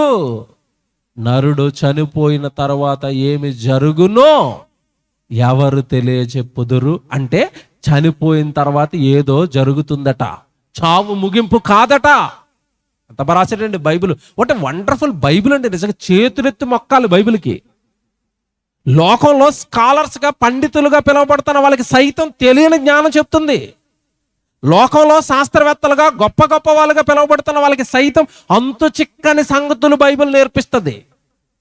నరుడు చనిపోయిన తర్వాత ఏమి జరుగునో ఎవరు చెబుతారు? ఎవరికి తెలుసు? చెబితే నేనే చెప్పాలంటున్నాడు దేవుడు.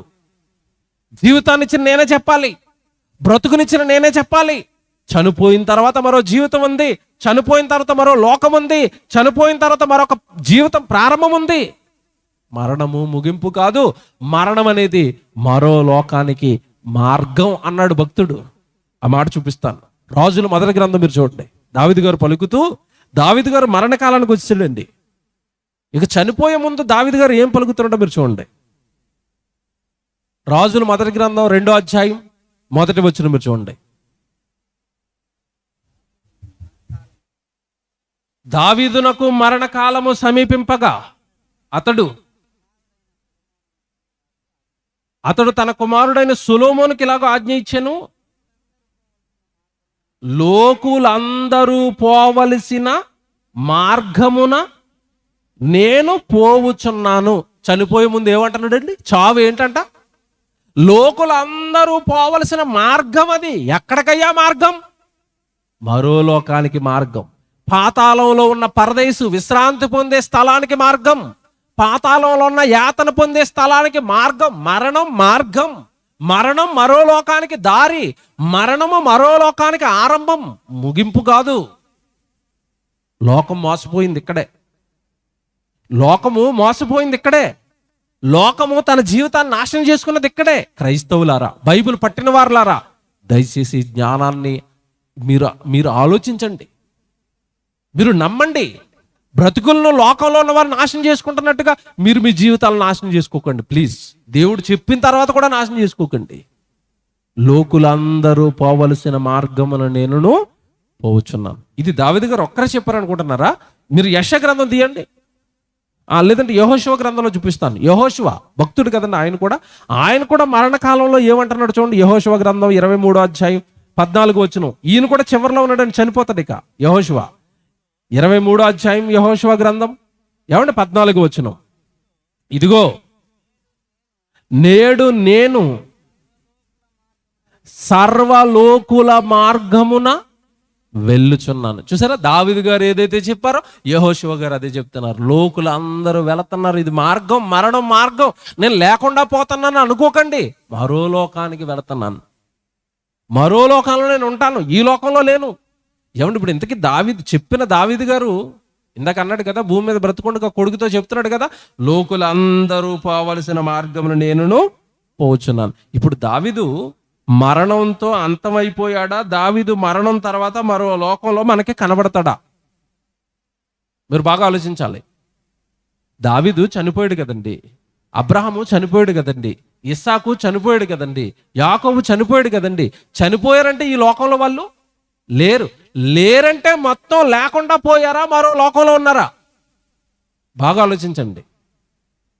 మీకు ఇంకా అర్థం కావాలంటే ఒక మాట చెప్తాను. యేసుప్రభు చనిపోతున్నాడు సిలువలో, దొంగ ఉన్నాడు, అటో దొంగ ఇటో దొంగ. ఒక దొంగ మారిపోయాడు, ప్రభువా కొంచెం నీ రాజ్యంతో వచ్చినప్పుడు నన్ను జ్ఞాపకం చేసుకోవా, నా పాపాలు క్షమించవా అన్నాడు. అప్పుడు ప్రభు దొంగతో పలికిన మాట ఏంటి? నేడు నీవు నాతో కూడా పరదైసులో ఉంటావు. చచ్చిపోయే ముందు చెప్పిన మాట అండి ఇది. చావు ముగింపు అన్నాడా? ఇంకో లోకానికి ఇద్దరం కలిసి వెళ్ళిపోదాం అంటున్నాడా? నేడు నీవు నాతో కూడా ఎక్కడికి వెళ్దాం? పరదేశు. అంటే నీతిమంతులు చచ్చిపోయిన తర్వాత వెళ్ళే లోకమే లోకం చెప్పండి. ఇప్పుడు పరదేశు. ఇప్పుడు దావీదు ఎక్కడికి వెళ్ళి ఉంటాడు? పరదేశుకు. అబ్రహాం ఎక్కడికి వెళ్ళి ఉంటాడు? పరదేశుకు. నీతిమంతులు అందరూ ఎక్కడ ఉంటారు? ఇప్పుడు ఎంత బాగుంటుందండి ఆ లోకం. దావీదు అక్కడే ఉంటాడు, మోషే అక్కడే ఉంటాడు, ఏలియా అక్కడే ఉంటాడు, స్టెఫన్ అక్కడే ఉంటాడు, అపోస్తులు అక్కడే ఉంటారు, అబ్రహాం గారు, ఇస్సాక్ గారు, యాకోబు గారు.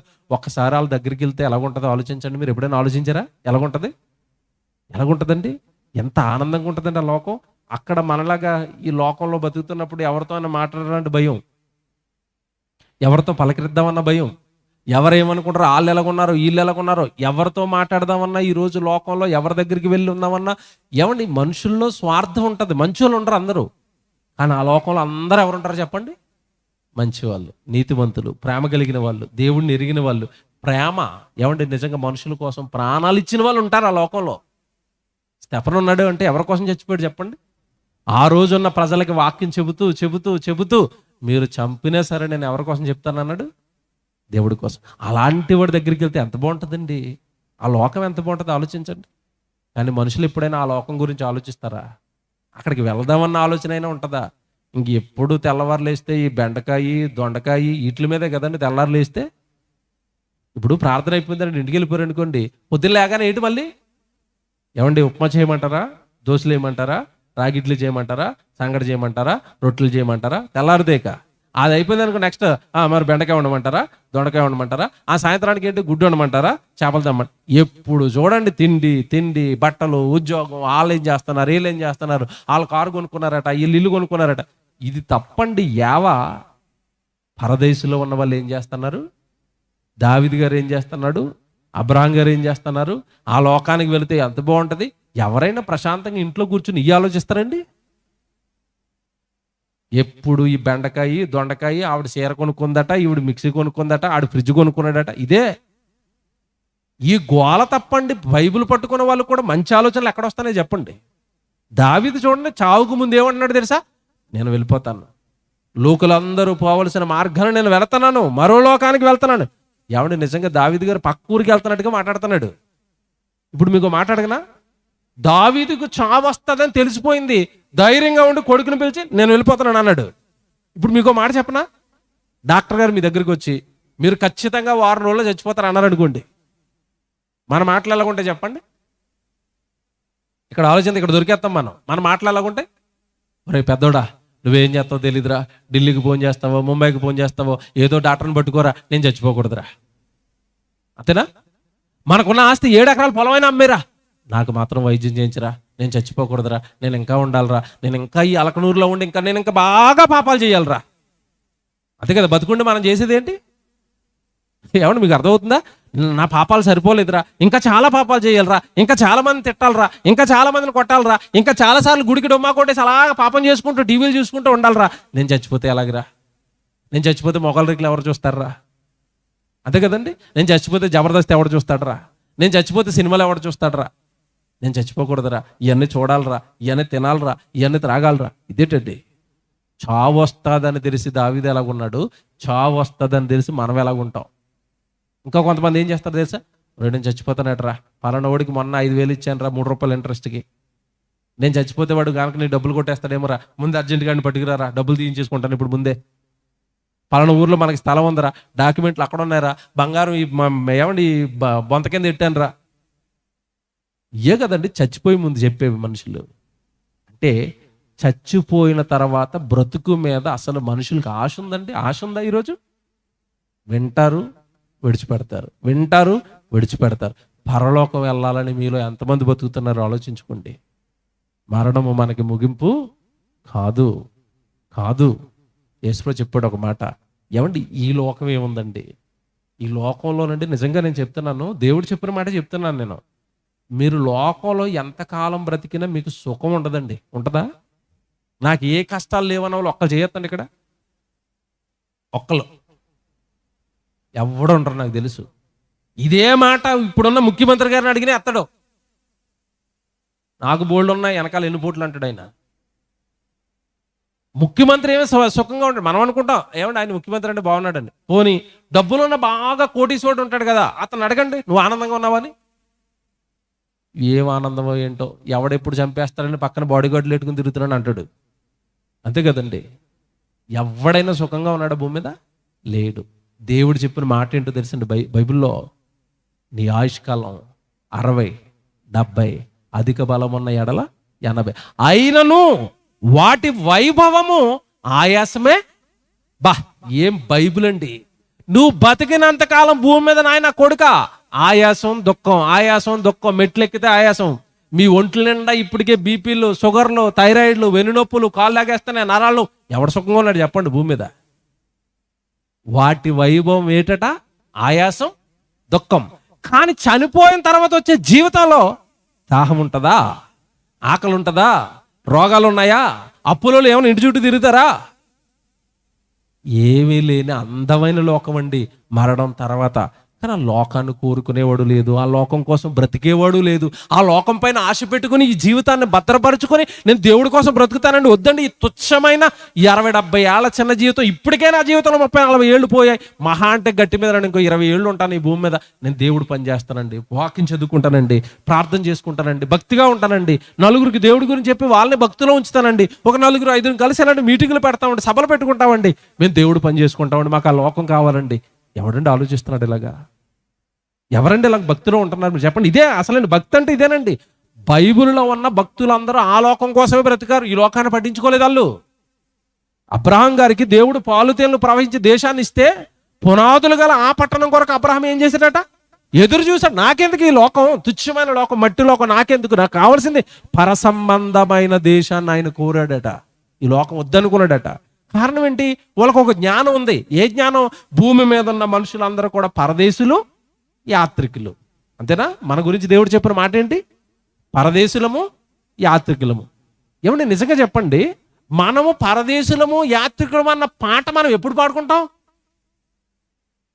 ఆల్రెడీ ఆయన చచ్చిపోయి పాడెత్తుకుని తీసుకెళ్తాడు, అప్పుడు పాడతారు పరదేశులము తండ్రి మేము యాత్రికులు. ఆల్రెడీ ఆయన యాత్ర ముగిసిపోయింది.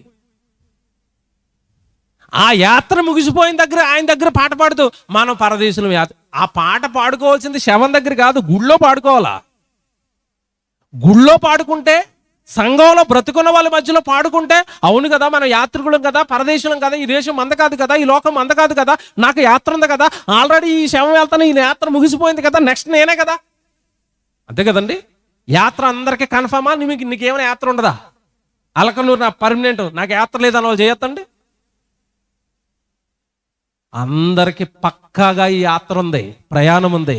ఎక్కడికి చేస్తావు? పరదేశకు నీతిమంతులు ఉన్న స్థానానికి యాత్ర చేస్తావా? దేవుడి కొరకు బ్రతకక, పాపాలు మానక, ఈ లోకంలో టీవీలు, సినిమాలు, ఈ పిచ్చి భయంకరమైన పాపాన్ని మన మదిలోకి ఎక్కించే ఈ భయంకరమైన వాటిని మానక, దేవుడి కొరకు బ్రతకక, పాపపు జీవితాన్ని విడిచిపెట్టలేక, భూమి మీద 60-70 ఏళ్ళు పాపం చేస్తూనే చనిపోయి పాతాళానికి దిగిపోతావా? నీ ఇష్టం. యేసు చెప్పాడు, చచ్చిపోయిన తర్వాత బ్రతుకుంది. యోహాను సువార్త 12వ అధ్యాయం, జాగ్రత్తగా రాసుకోండి. ప్రభు చెప్పిన చూపించాలి కదా. యోహాను సువార్త 12వ అధ్యాయం 24 నుంచి చూద్దాం. 20 నుంచి చూద్దామండి. 20 యోహాను సువార్త 12వ అధ్యాయం 20వ వచనం. ప్రభు చెప్తున్నాడు, ఇది యేసు ప్రభు భూమి మీద బ్రతుకున్నప్పుడు ఆయన చూడడానికి కొంతమంది వచ్చారండి. తూర్పు దేశపు జ్ఞానులు వచ్చారు, గ్రీసు దేశపు జ్ఞానులు వచ్చారు. ఆ జ్ఞానులు వచ్చినప్పుడు వాళ్ళతో చెప్తున్న మాట ఇది: ఆ పండుగలో ఆరాధింపవచ్చిన వారిలో కొందరు గ్రీసు దేశస్థులు ఉండిరి. వారు గలిలయలోని బెత్సైదా వాడైన ఫిలిప్పు వద్దకు వచ్చి, అయ్యా, మేమును యేసును చూడగోరుచున్నామని అతనితో చెప్పగా. ఇప్పుడు వచ్చిన వాళ్ళు ఎవరండి? వీళ్ళు వచ్చిన వాళ్ళు సామాన్యులు కాదు, జ్ఞానులు. మీకు అర్థమయ్యే భాషలో చెప్పాలంటే శాస్త్రవేత్తలు లాంటి వాళ్ళు వచ్చారు. ఎవరిని చూడడానికి? యేసుప్రభుని చూడడానికి. ఇక్కడ మీరు జాగ్రత్తగా వినాలి. యేసుప్రభుని చూడడానికి అంతటి గొప్ప జ్ఞానులు వచ్చినప్పుడు ప్రభు ఏమనాలి? రండి చూడమనండి అనాలి. కానీ యేసుప్రభు ఏమన్నాడు తెలుసా? డైరెక్ట్గా యేసుప్రభు దగ్గర రాలేదండి, కింద శిష్యుడి దగ్గరికి వచ్చారు, పిలుపు దగ్గరికి. 22లో చూడండి. పిలుపు వచ్చి ఆంద్రేయతో చెప్పాను, ఆంద్రేయను పిలుపును వచ్చి యేసుతో చెప్పిరి. అందుకు యేసు వారితో ఇట్లా నేను ఏమంటున్నాడు? మనుష్య కుమారుడు మహిమ పొందవలసిన గడియ వచ్చి ఉన్నది. ఇప్పుడు నన్ను చూడడానికి వచ్చారు కదా, ఇప్పుడు నన్ను ఏం చూస్తారు? కొద్ది రోజుల్లో నాకు మహిమా శరీరం రాబోతుంది. మరణించి తిరిగి లేవబోతున్నాను, మరణాన్ని గెలవబోతున్నాను. మరణం తర్వాత మరొక జీవితం ఉందని ప్రపంచానికి సాక్ష్యాధారాలతో చూపించబోతున్నాను. అప్పుడు రమ్మనండి నన్ను చూడడానికి. దీన్ని ఏం చూస్తారు? 6 అడుగుల దేహాన్ని. ఈ మట్టి దేహాన్ని ఏం చూస్తారు జ్ఞానులు? ఇప్పుడు కాదు చూడవలసింది, మహిమా దేహాన్ని చూడమనండి. ఈ మట్టి దేహానికి దేవుడు అక్షయ దేహాన్ని ఇవ్వబోతున్నాడు. మహిమ పొందబోతున్నాను నేను. మానవులందరికీ ఒక రకంగా సాక్ష్యాన్ని ఇవ్వబోతున్నాను, చచ్చిపోయిన తర్వాత బ్రతుకుందని. అప్పుడు రమ్మనండి. Just wait and see. కొద్ది రోజుల్లోనే అది నాకు రాబోతుంది. ఎంత బాగా చెప్తాడంటే తర్వాత మాట మీరు చూస్తే, యేసు వారితో ఇట్లా నేను, మనుష్య కుమారుడు మహిమ పొందవలసిన గడియ వచ్చి ఉన్నది. గోధుమ గింజ భూమిలో పడి చావకుండని ఎడల అది ఒంటిగానే ఉండును, చచ్చిన ఎడల విస్తారముగా ఫలించును. ఏమండి, ఏ విత్తనమైనా విత్తనము యొక్క ఒరిజినల్ రూపం చూడాలంటే విత్తనం ఎంత ఉంటుంది చెప్పండి? చిన్నదండి. గోధుమ గింజ ఎంత ఉంటుంది? చిన్నది. భూమిలో పడిపోయిన తర్వాత, అది చచ్చిపోయిన తర్వాత, మొలకెత్తిన తర్వాత దానికి వచ్చే గోధుమ గింజలు అలాగుంటాయి, విస్తారముగా. అంటే చచ్చిపోయిన తర్వాతే ఉంది అసలు జీవితం. చచ్చిపోయిన తర్వాతే ఉంది పెద్ద జీవితం. మీకు మాట చెప్పనండి, దేవుడు స్వరూపం, దేవుడి రూపం ఎంత ఉంటుంది చెప్పండి? ఎంత ఉంటుంది? ఆకాశము నా సింహాసనము, భూమి నా పాదపీఠం. అంటే దేవుడు ఒక కాలు ఎట్టుకుంటే భూమి నిండిపోయింది. అంటే దేవుడు పాదం ఎంత ఉంటుందంటే భూమి అంత పాదం ఉంటుంది దేవుడికి. ఆయన కూర్చునే కుర్చీ ఎంత ఉంటుందంటే ఆకాశం అంత. ఆకాశం ఎంత ఉంటుంది చెప్పాలి ఎవరైనా? ఆకాశం ఎంత ఉంటుంది?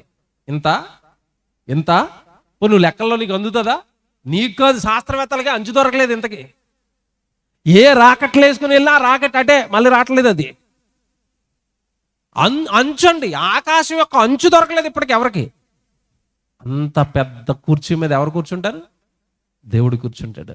అంత పెద్ద కుర్చీ మీద కూర్చున్నాడు. ఒక కాలు ఎట్టుకుంటే భూమి నిండిపోయిందంటే ఇక 2 చేతులు ఎంత ఉంటాయి మీరు ఆలోచించండి. పైకి శరీరం, దేహం ఎంత ఉంటుంది అయింది, ఆ రూపం ఎంత ఉంటుంది, ఆయన కళ్ళు ఎంత ఉంటాయి, ఆయన మొహం ఎంత ఉంటుంది. ఆకాశ మహాకాశములు సైతము నిన్ను పట్టజాలవు అన్నాడు. Very good. ఇప్పుడు అంత పెద్ద ఆత్మలో నుంచి విడిపోయిన భాగాలమే కదా మనమంతా. మన మట్టి దేహాల్లో ఉన్న మనం కూడా ఆత్మలం కదా లోపల. ఎందులోని భాగాలం చెప్పండి? మనం ఆయనలో నుంచి విడిపోయిన భాగాలమే. ఆయనలో నుంచి విడిపోయిన భాగాలమైన మనం కూడా ఎంత ఉంటాం? కనీసం ఆయనలో సగం ఉంటావా? ఉండవా? ఆయన పిల్లలమే కదండి, ఆయనలో నుంచి వచ్చిన వాళ్ళమే కదండి, ఆయనలాగా ఉండవా? ఇప్పుడు నీ కొడుకు ఉంటాడు, నీ గర్భానికి పుట్టిన కొడుకు కరెక్ట్గా 18 సంవత్సరాలకు వచ్చేసరికి తండ్రి ఎంత ఉంటాడు, కొడుకు ఎంత ఉంటాడు? మీ పిల్లలు మీకంటే పొడుగున్నారా లేదా? నీకు ఏమంటే చాలా మంది తల్లులు ఎంత ఉంటారు, వాళ్ళ కూతురు మాత్రం ఎంత ఉంటుంది. మీ పిల్లలు మీకంటే ఎత్తుగా పొడుగ్గా ఉన్నప్పుడు దేవుడు గర్భాన్ని పుట్టిన పిల్లలు మనం కూడా ఎంత ఉంటాం? దేవుడు అంతటి రూపాలే మనము కూడా. మరి ఏంటండి, మరి బొత్తుగా 6 అడుగుల దేహంలో ఎలా పెట్టాడు? ఇదే డౌట్ చాలా మందికి. ఎలా పెట్టాడు తెలుసా? మీకు మాట్లాడుతాను.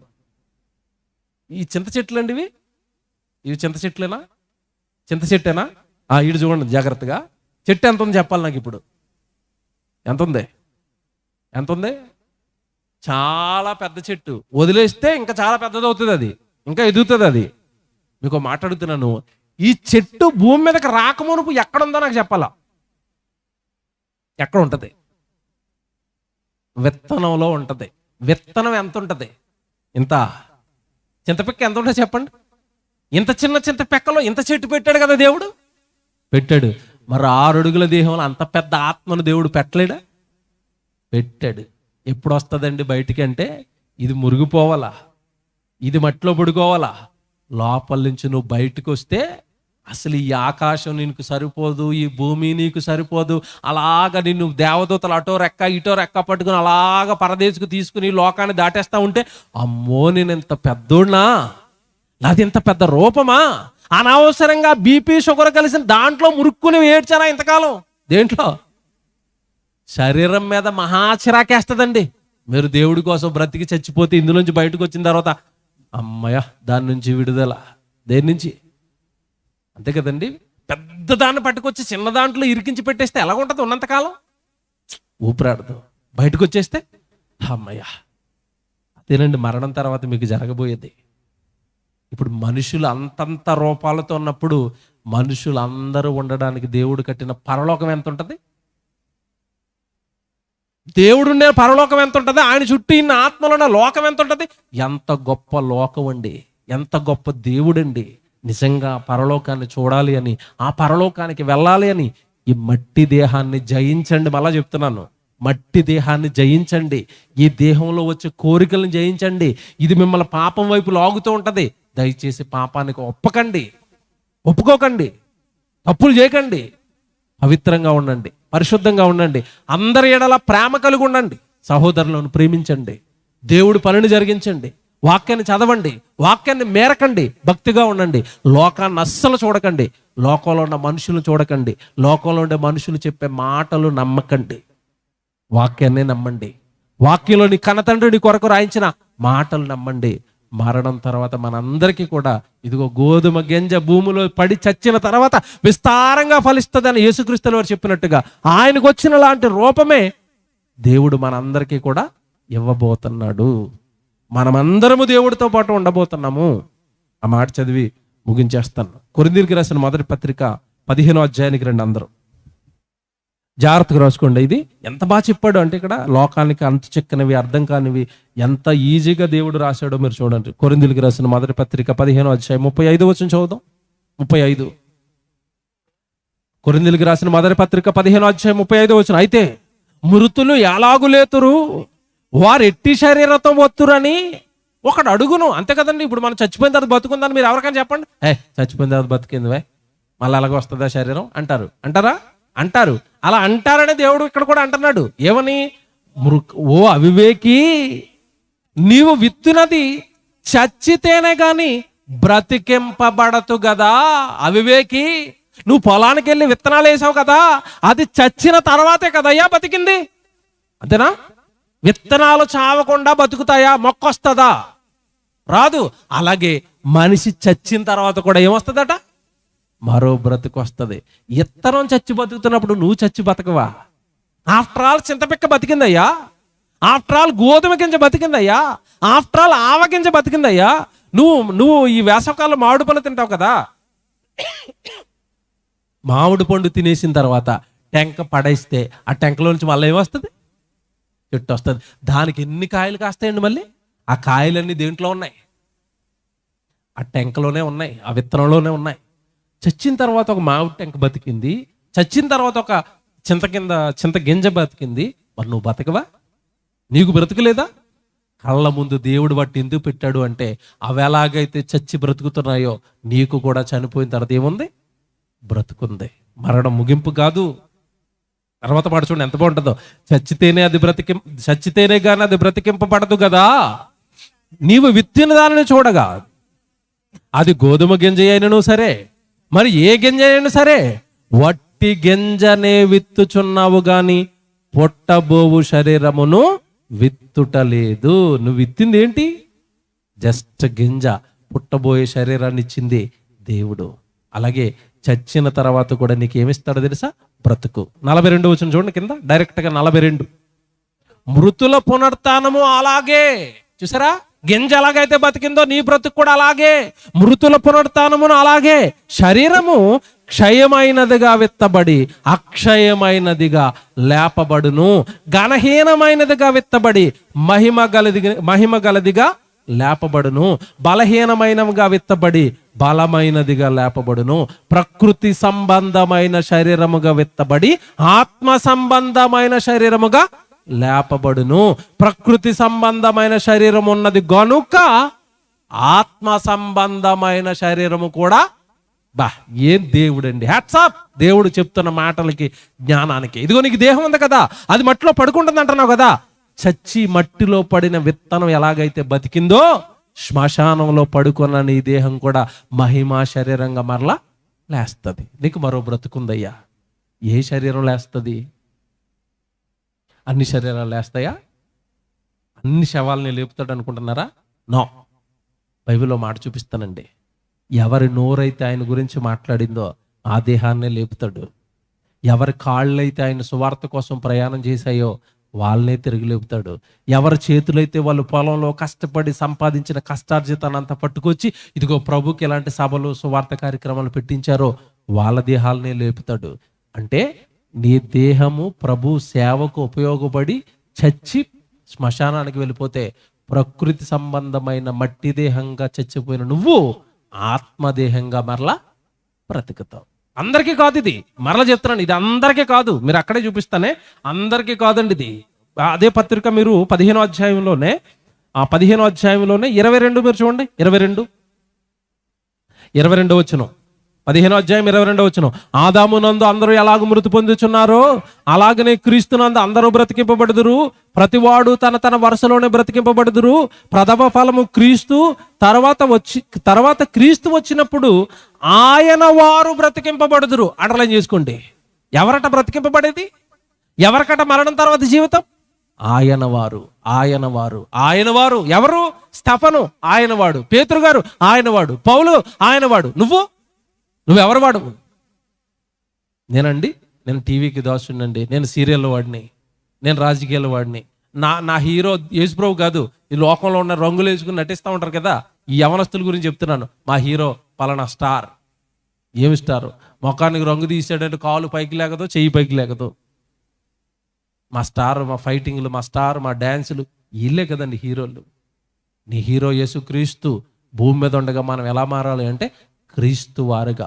ఎవరు లేపబడతారో చెప్తున్నాడు చివర, ఆయన వారు బ్రతికింపబడతారు. నువ్వు యేసుక్రీస్తు వాడిగా నీకేమన్నా నామం ఉందా భూమి మీద?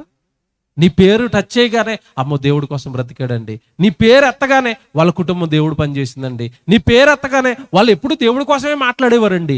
వాళ్ళు వాక్యం చదువుకునేవారండి, ప్రార్థన చేసుకునేవారండి. వాళ్ళ పిల్లల్ని దేవుడు సన్నిధిలో పెంచారండి. వాళ్ళ పిల్లలకి దేవుడు మాటలు నేర్పించారండి. వాళ్ళు భక్తిలో ఉంటారండి, వాళ్ళ పిల్లలు భక్తిలో ఉంటారండి. వాళ్ళు నిజంగా పరదేశకి వెళ్ళిపోతారండి.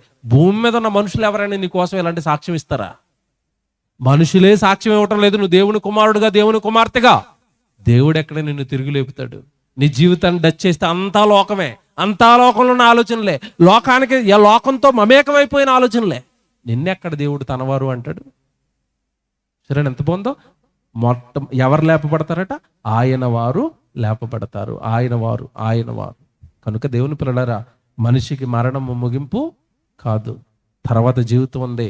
ఆ జీవితం కావాలంటే భూమి మీద ఈ జీవితాన్ని చక్కబెట్టుకుని చక్కగా దేవుడి కోసం మనము బ్రతకాలి. ఓకే, ప్రార్థన చేసుకుందాం. ప్రేమ కలిగిన తండ్రి, ఈ లోకానికి తెలియనివి ఎన్నో వాస్తవాలు బైబిల్లో మీరు రాయించారు. రాయబడిన వాస్తవాలన్నీ మీ పిల్లల ముందు పెట్టాను తండ్రి. లోకము ఈ జ్ఞానం లేక నశించిపోతుంది. పుట్టం గనక తినాలి, త్రాగాలి, చిందులు వెయ్యాలి, ఈ లోకాన్ని అనుభవించాలి, సుఖించాలి. మనం ఇందుకే పుట్టాము అని తిందాం, త్రాగుదాం అని, ఈ లోకంలో గెంతుదాము అని వారి జీవితాలన్నింటినీ లోకానికి నాశనం చేసుకుంటున్నారు తండ్రి.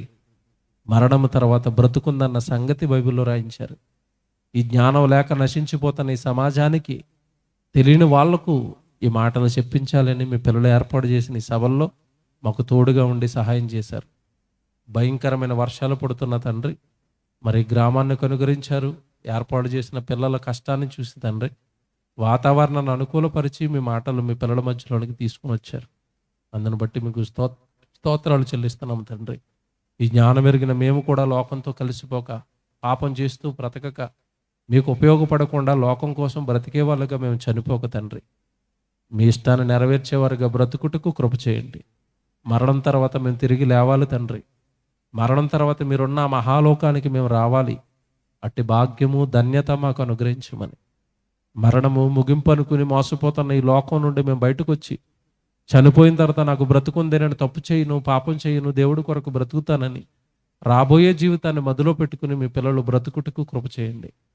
వేదిక మీద ఉన్న దైవజనులందరినీ జ్ఞాపకం చేసుకునండి. ఏర్పాటు చేసిన మీ కుటుంబాన్ని, అలాగే సంఘస్థులను, సంఘ పెద్దలను, దైవజనులను అందరిని జ్ఞాపకం చేసుకునండి.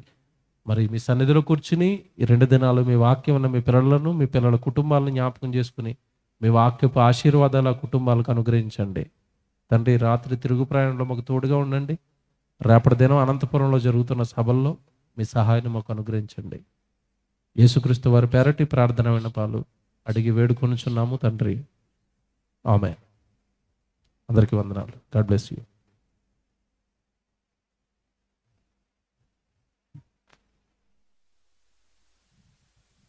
దేవునికి స్తోత్రాలు.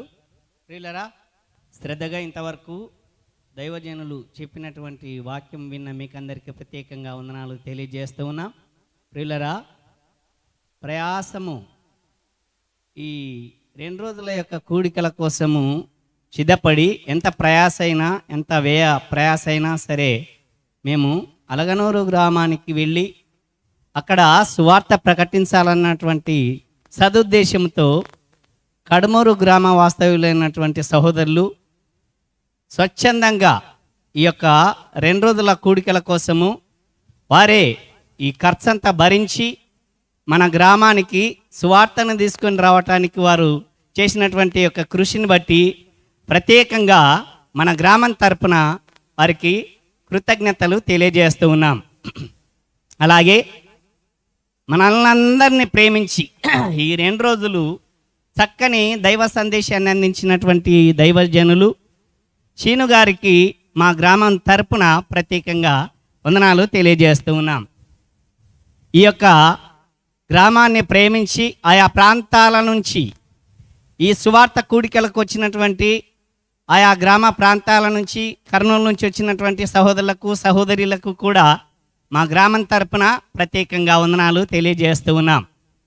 అలాగే ఈ యొక్క స్థలంలో ప్రార్థనా కూడిక జరుపుకోవటానికి, ఇలా 2 రోజులు మీటింగ్లు జరుపుకోవటానికి స్థలాన్ని అనుమతించి చక్కగా సహకరించినటువంటి అన్నగారు రమణయ్య గారికి మా సంఘం తరపున, ఏబిఎం సంఘం తరపున, అలాగే ఆర్సిఎం సంఘం తరపున ప్రత్యేకంగా వందనాలు తెలియజేస్తూ ఉన్నాం.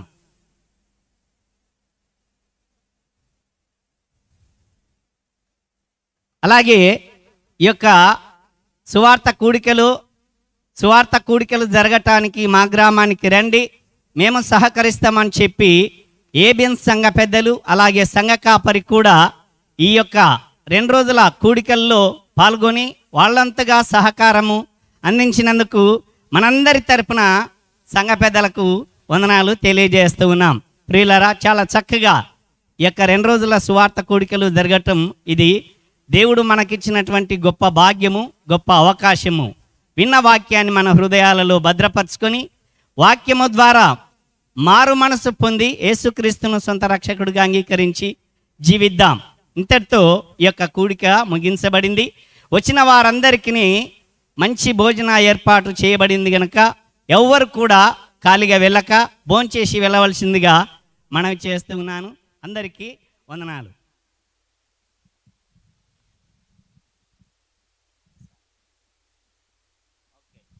చివరి ప్రార్థన ఆశీర్వాదంతో కూడికను ముగించుకుందాం. ప్రార్థన. పరిశుద్ధుడైన మా ప్రియ పరలోకపు తండ్రి, మీ పరిశుద్ధ పాదాలకు మీ ఘనమైన నామమునకు స్తుతులు స్తోత్రాలు చెల్లిస్తూ ఉన్నాం. కన్న తండ్రి, మా గ్రామమును ప్రేమించి మీ పరిశుద్ధ వాక్యాన్ని ప్రకటించటానికి తండ్రి మీ యొక్క సేవకులు సీనన్న గారిని మీరు ప్రేరేపించి దేవా చక్కని సందేశము మా గ్రామ ప్రజలందరికీ మీరు తెలియపరిచినందుకు మీకు స్తోత్రాలు చెల్లిస్తూ ఉన్నాం నాయన.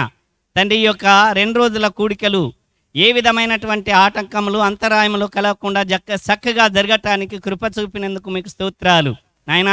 ఈ 2 రోజుల మహాసభలు జరగటానికి ప్రత్యేకంగా పురికొల్పబడి ప్రేరేపింపబడి ఆర్థికంగాను ప్రతి విధమైనటువంటి అన్ని విషయాలలో కూడా సిద్ధపడి ఈ యొక్క కూడికలు జరిపించినటువంటి కడుమూరు సహోదరులకు కృప చూపండి. వారి యొక్క కుటుంబాలను దీవించి ఆశీర్వదించండి. వారి యొక్క ప్రయాస ప్రభువునందు ఈ ప్రయాస వ్యర్థం కాకుండా కృప చూపాలని ప్రార్థన చేస్తూ ఉన్నాం. కన్నతండ్రి, అలాగే స్థలాన్ని ప్రార్థన కూడికకి ఇచ్చినటువంటి రమణయ్యన్న కుటుంబాన్ని దీవించండి. ఈ యొక్క కూడికలు జరగటానికి సంఘ పెద్దలు ఇచ్చినటువంటి సహకారాన్ని బట్టి వారిని దీవించి ఆశీర్వదించండి. అన్నిటిని మించి దేవా, ఈ యొక్క ప్రార్థన కూడికలు ఈ స్థలంలో కూర్చున్నటువంటి ప్రతి ఒక్కరిని మీరు దీవించండి నాయన.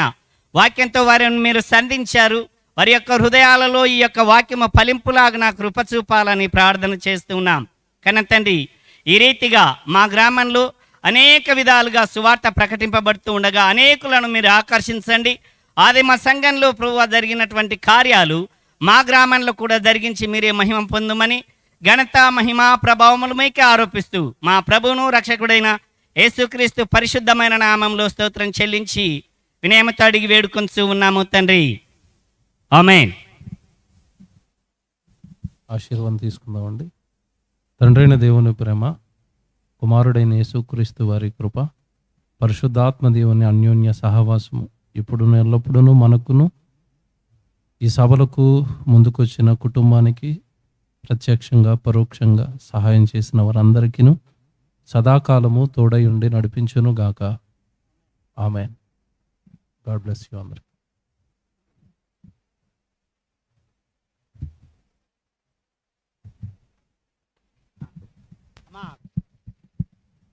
కూడిక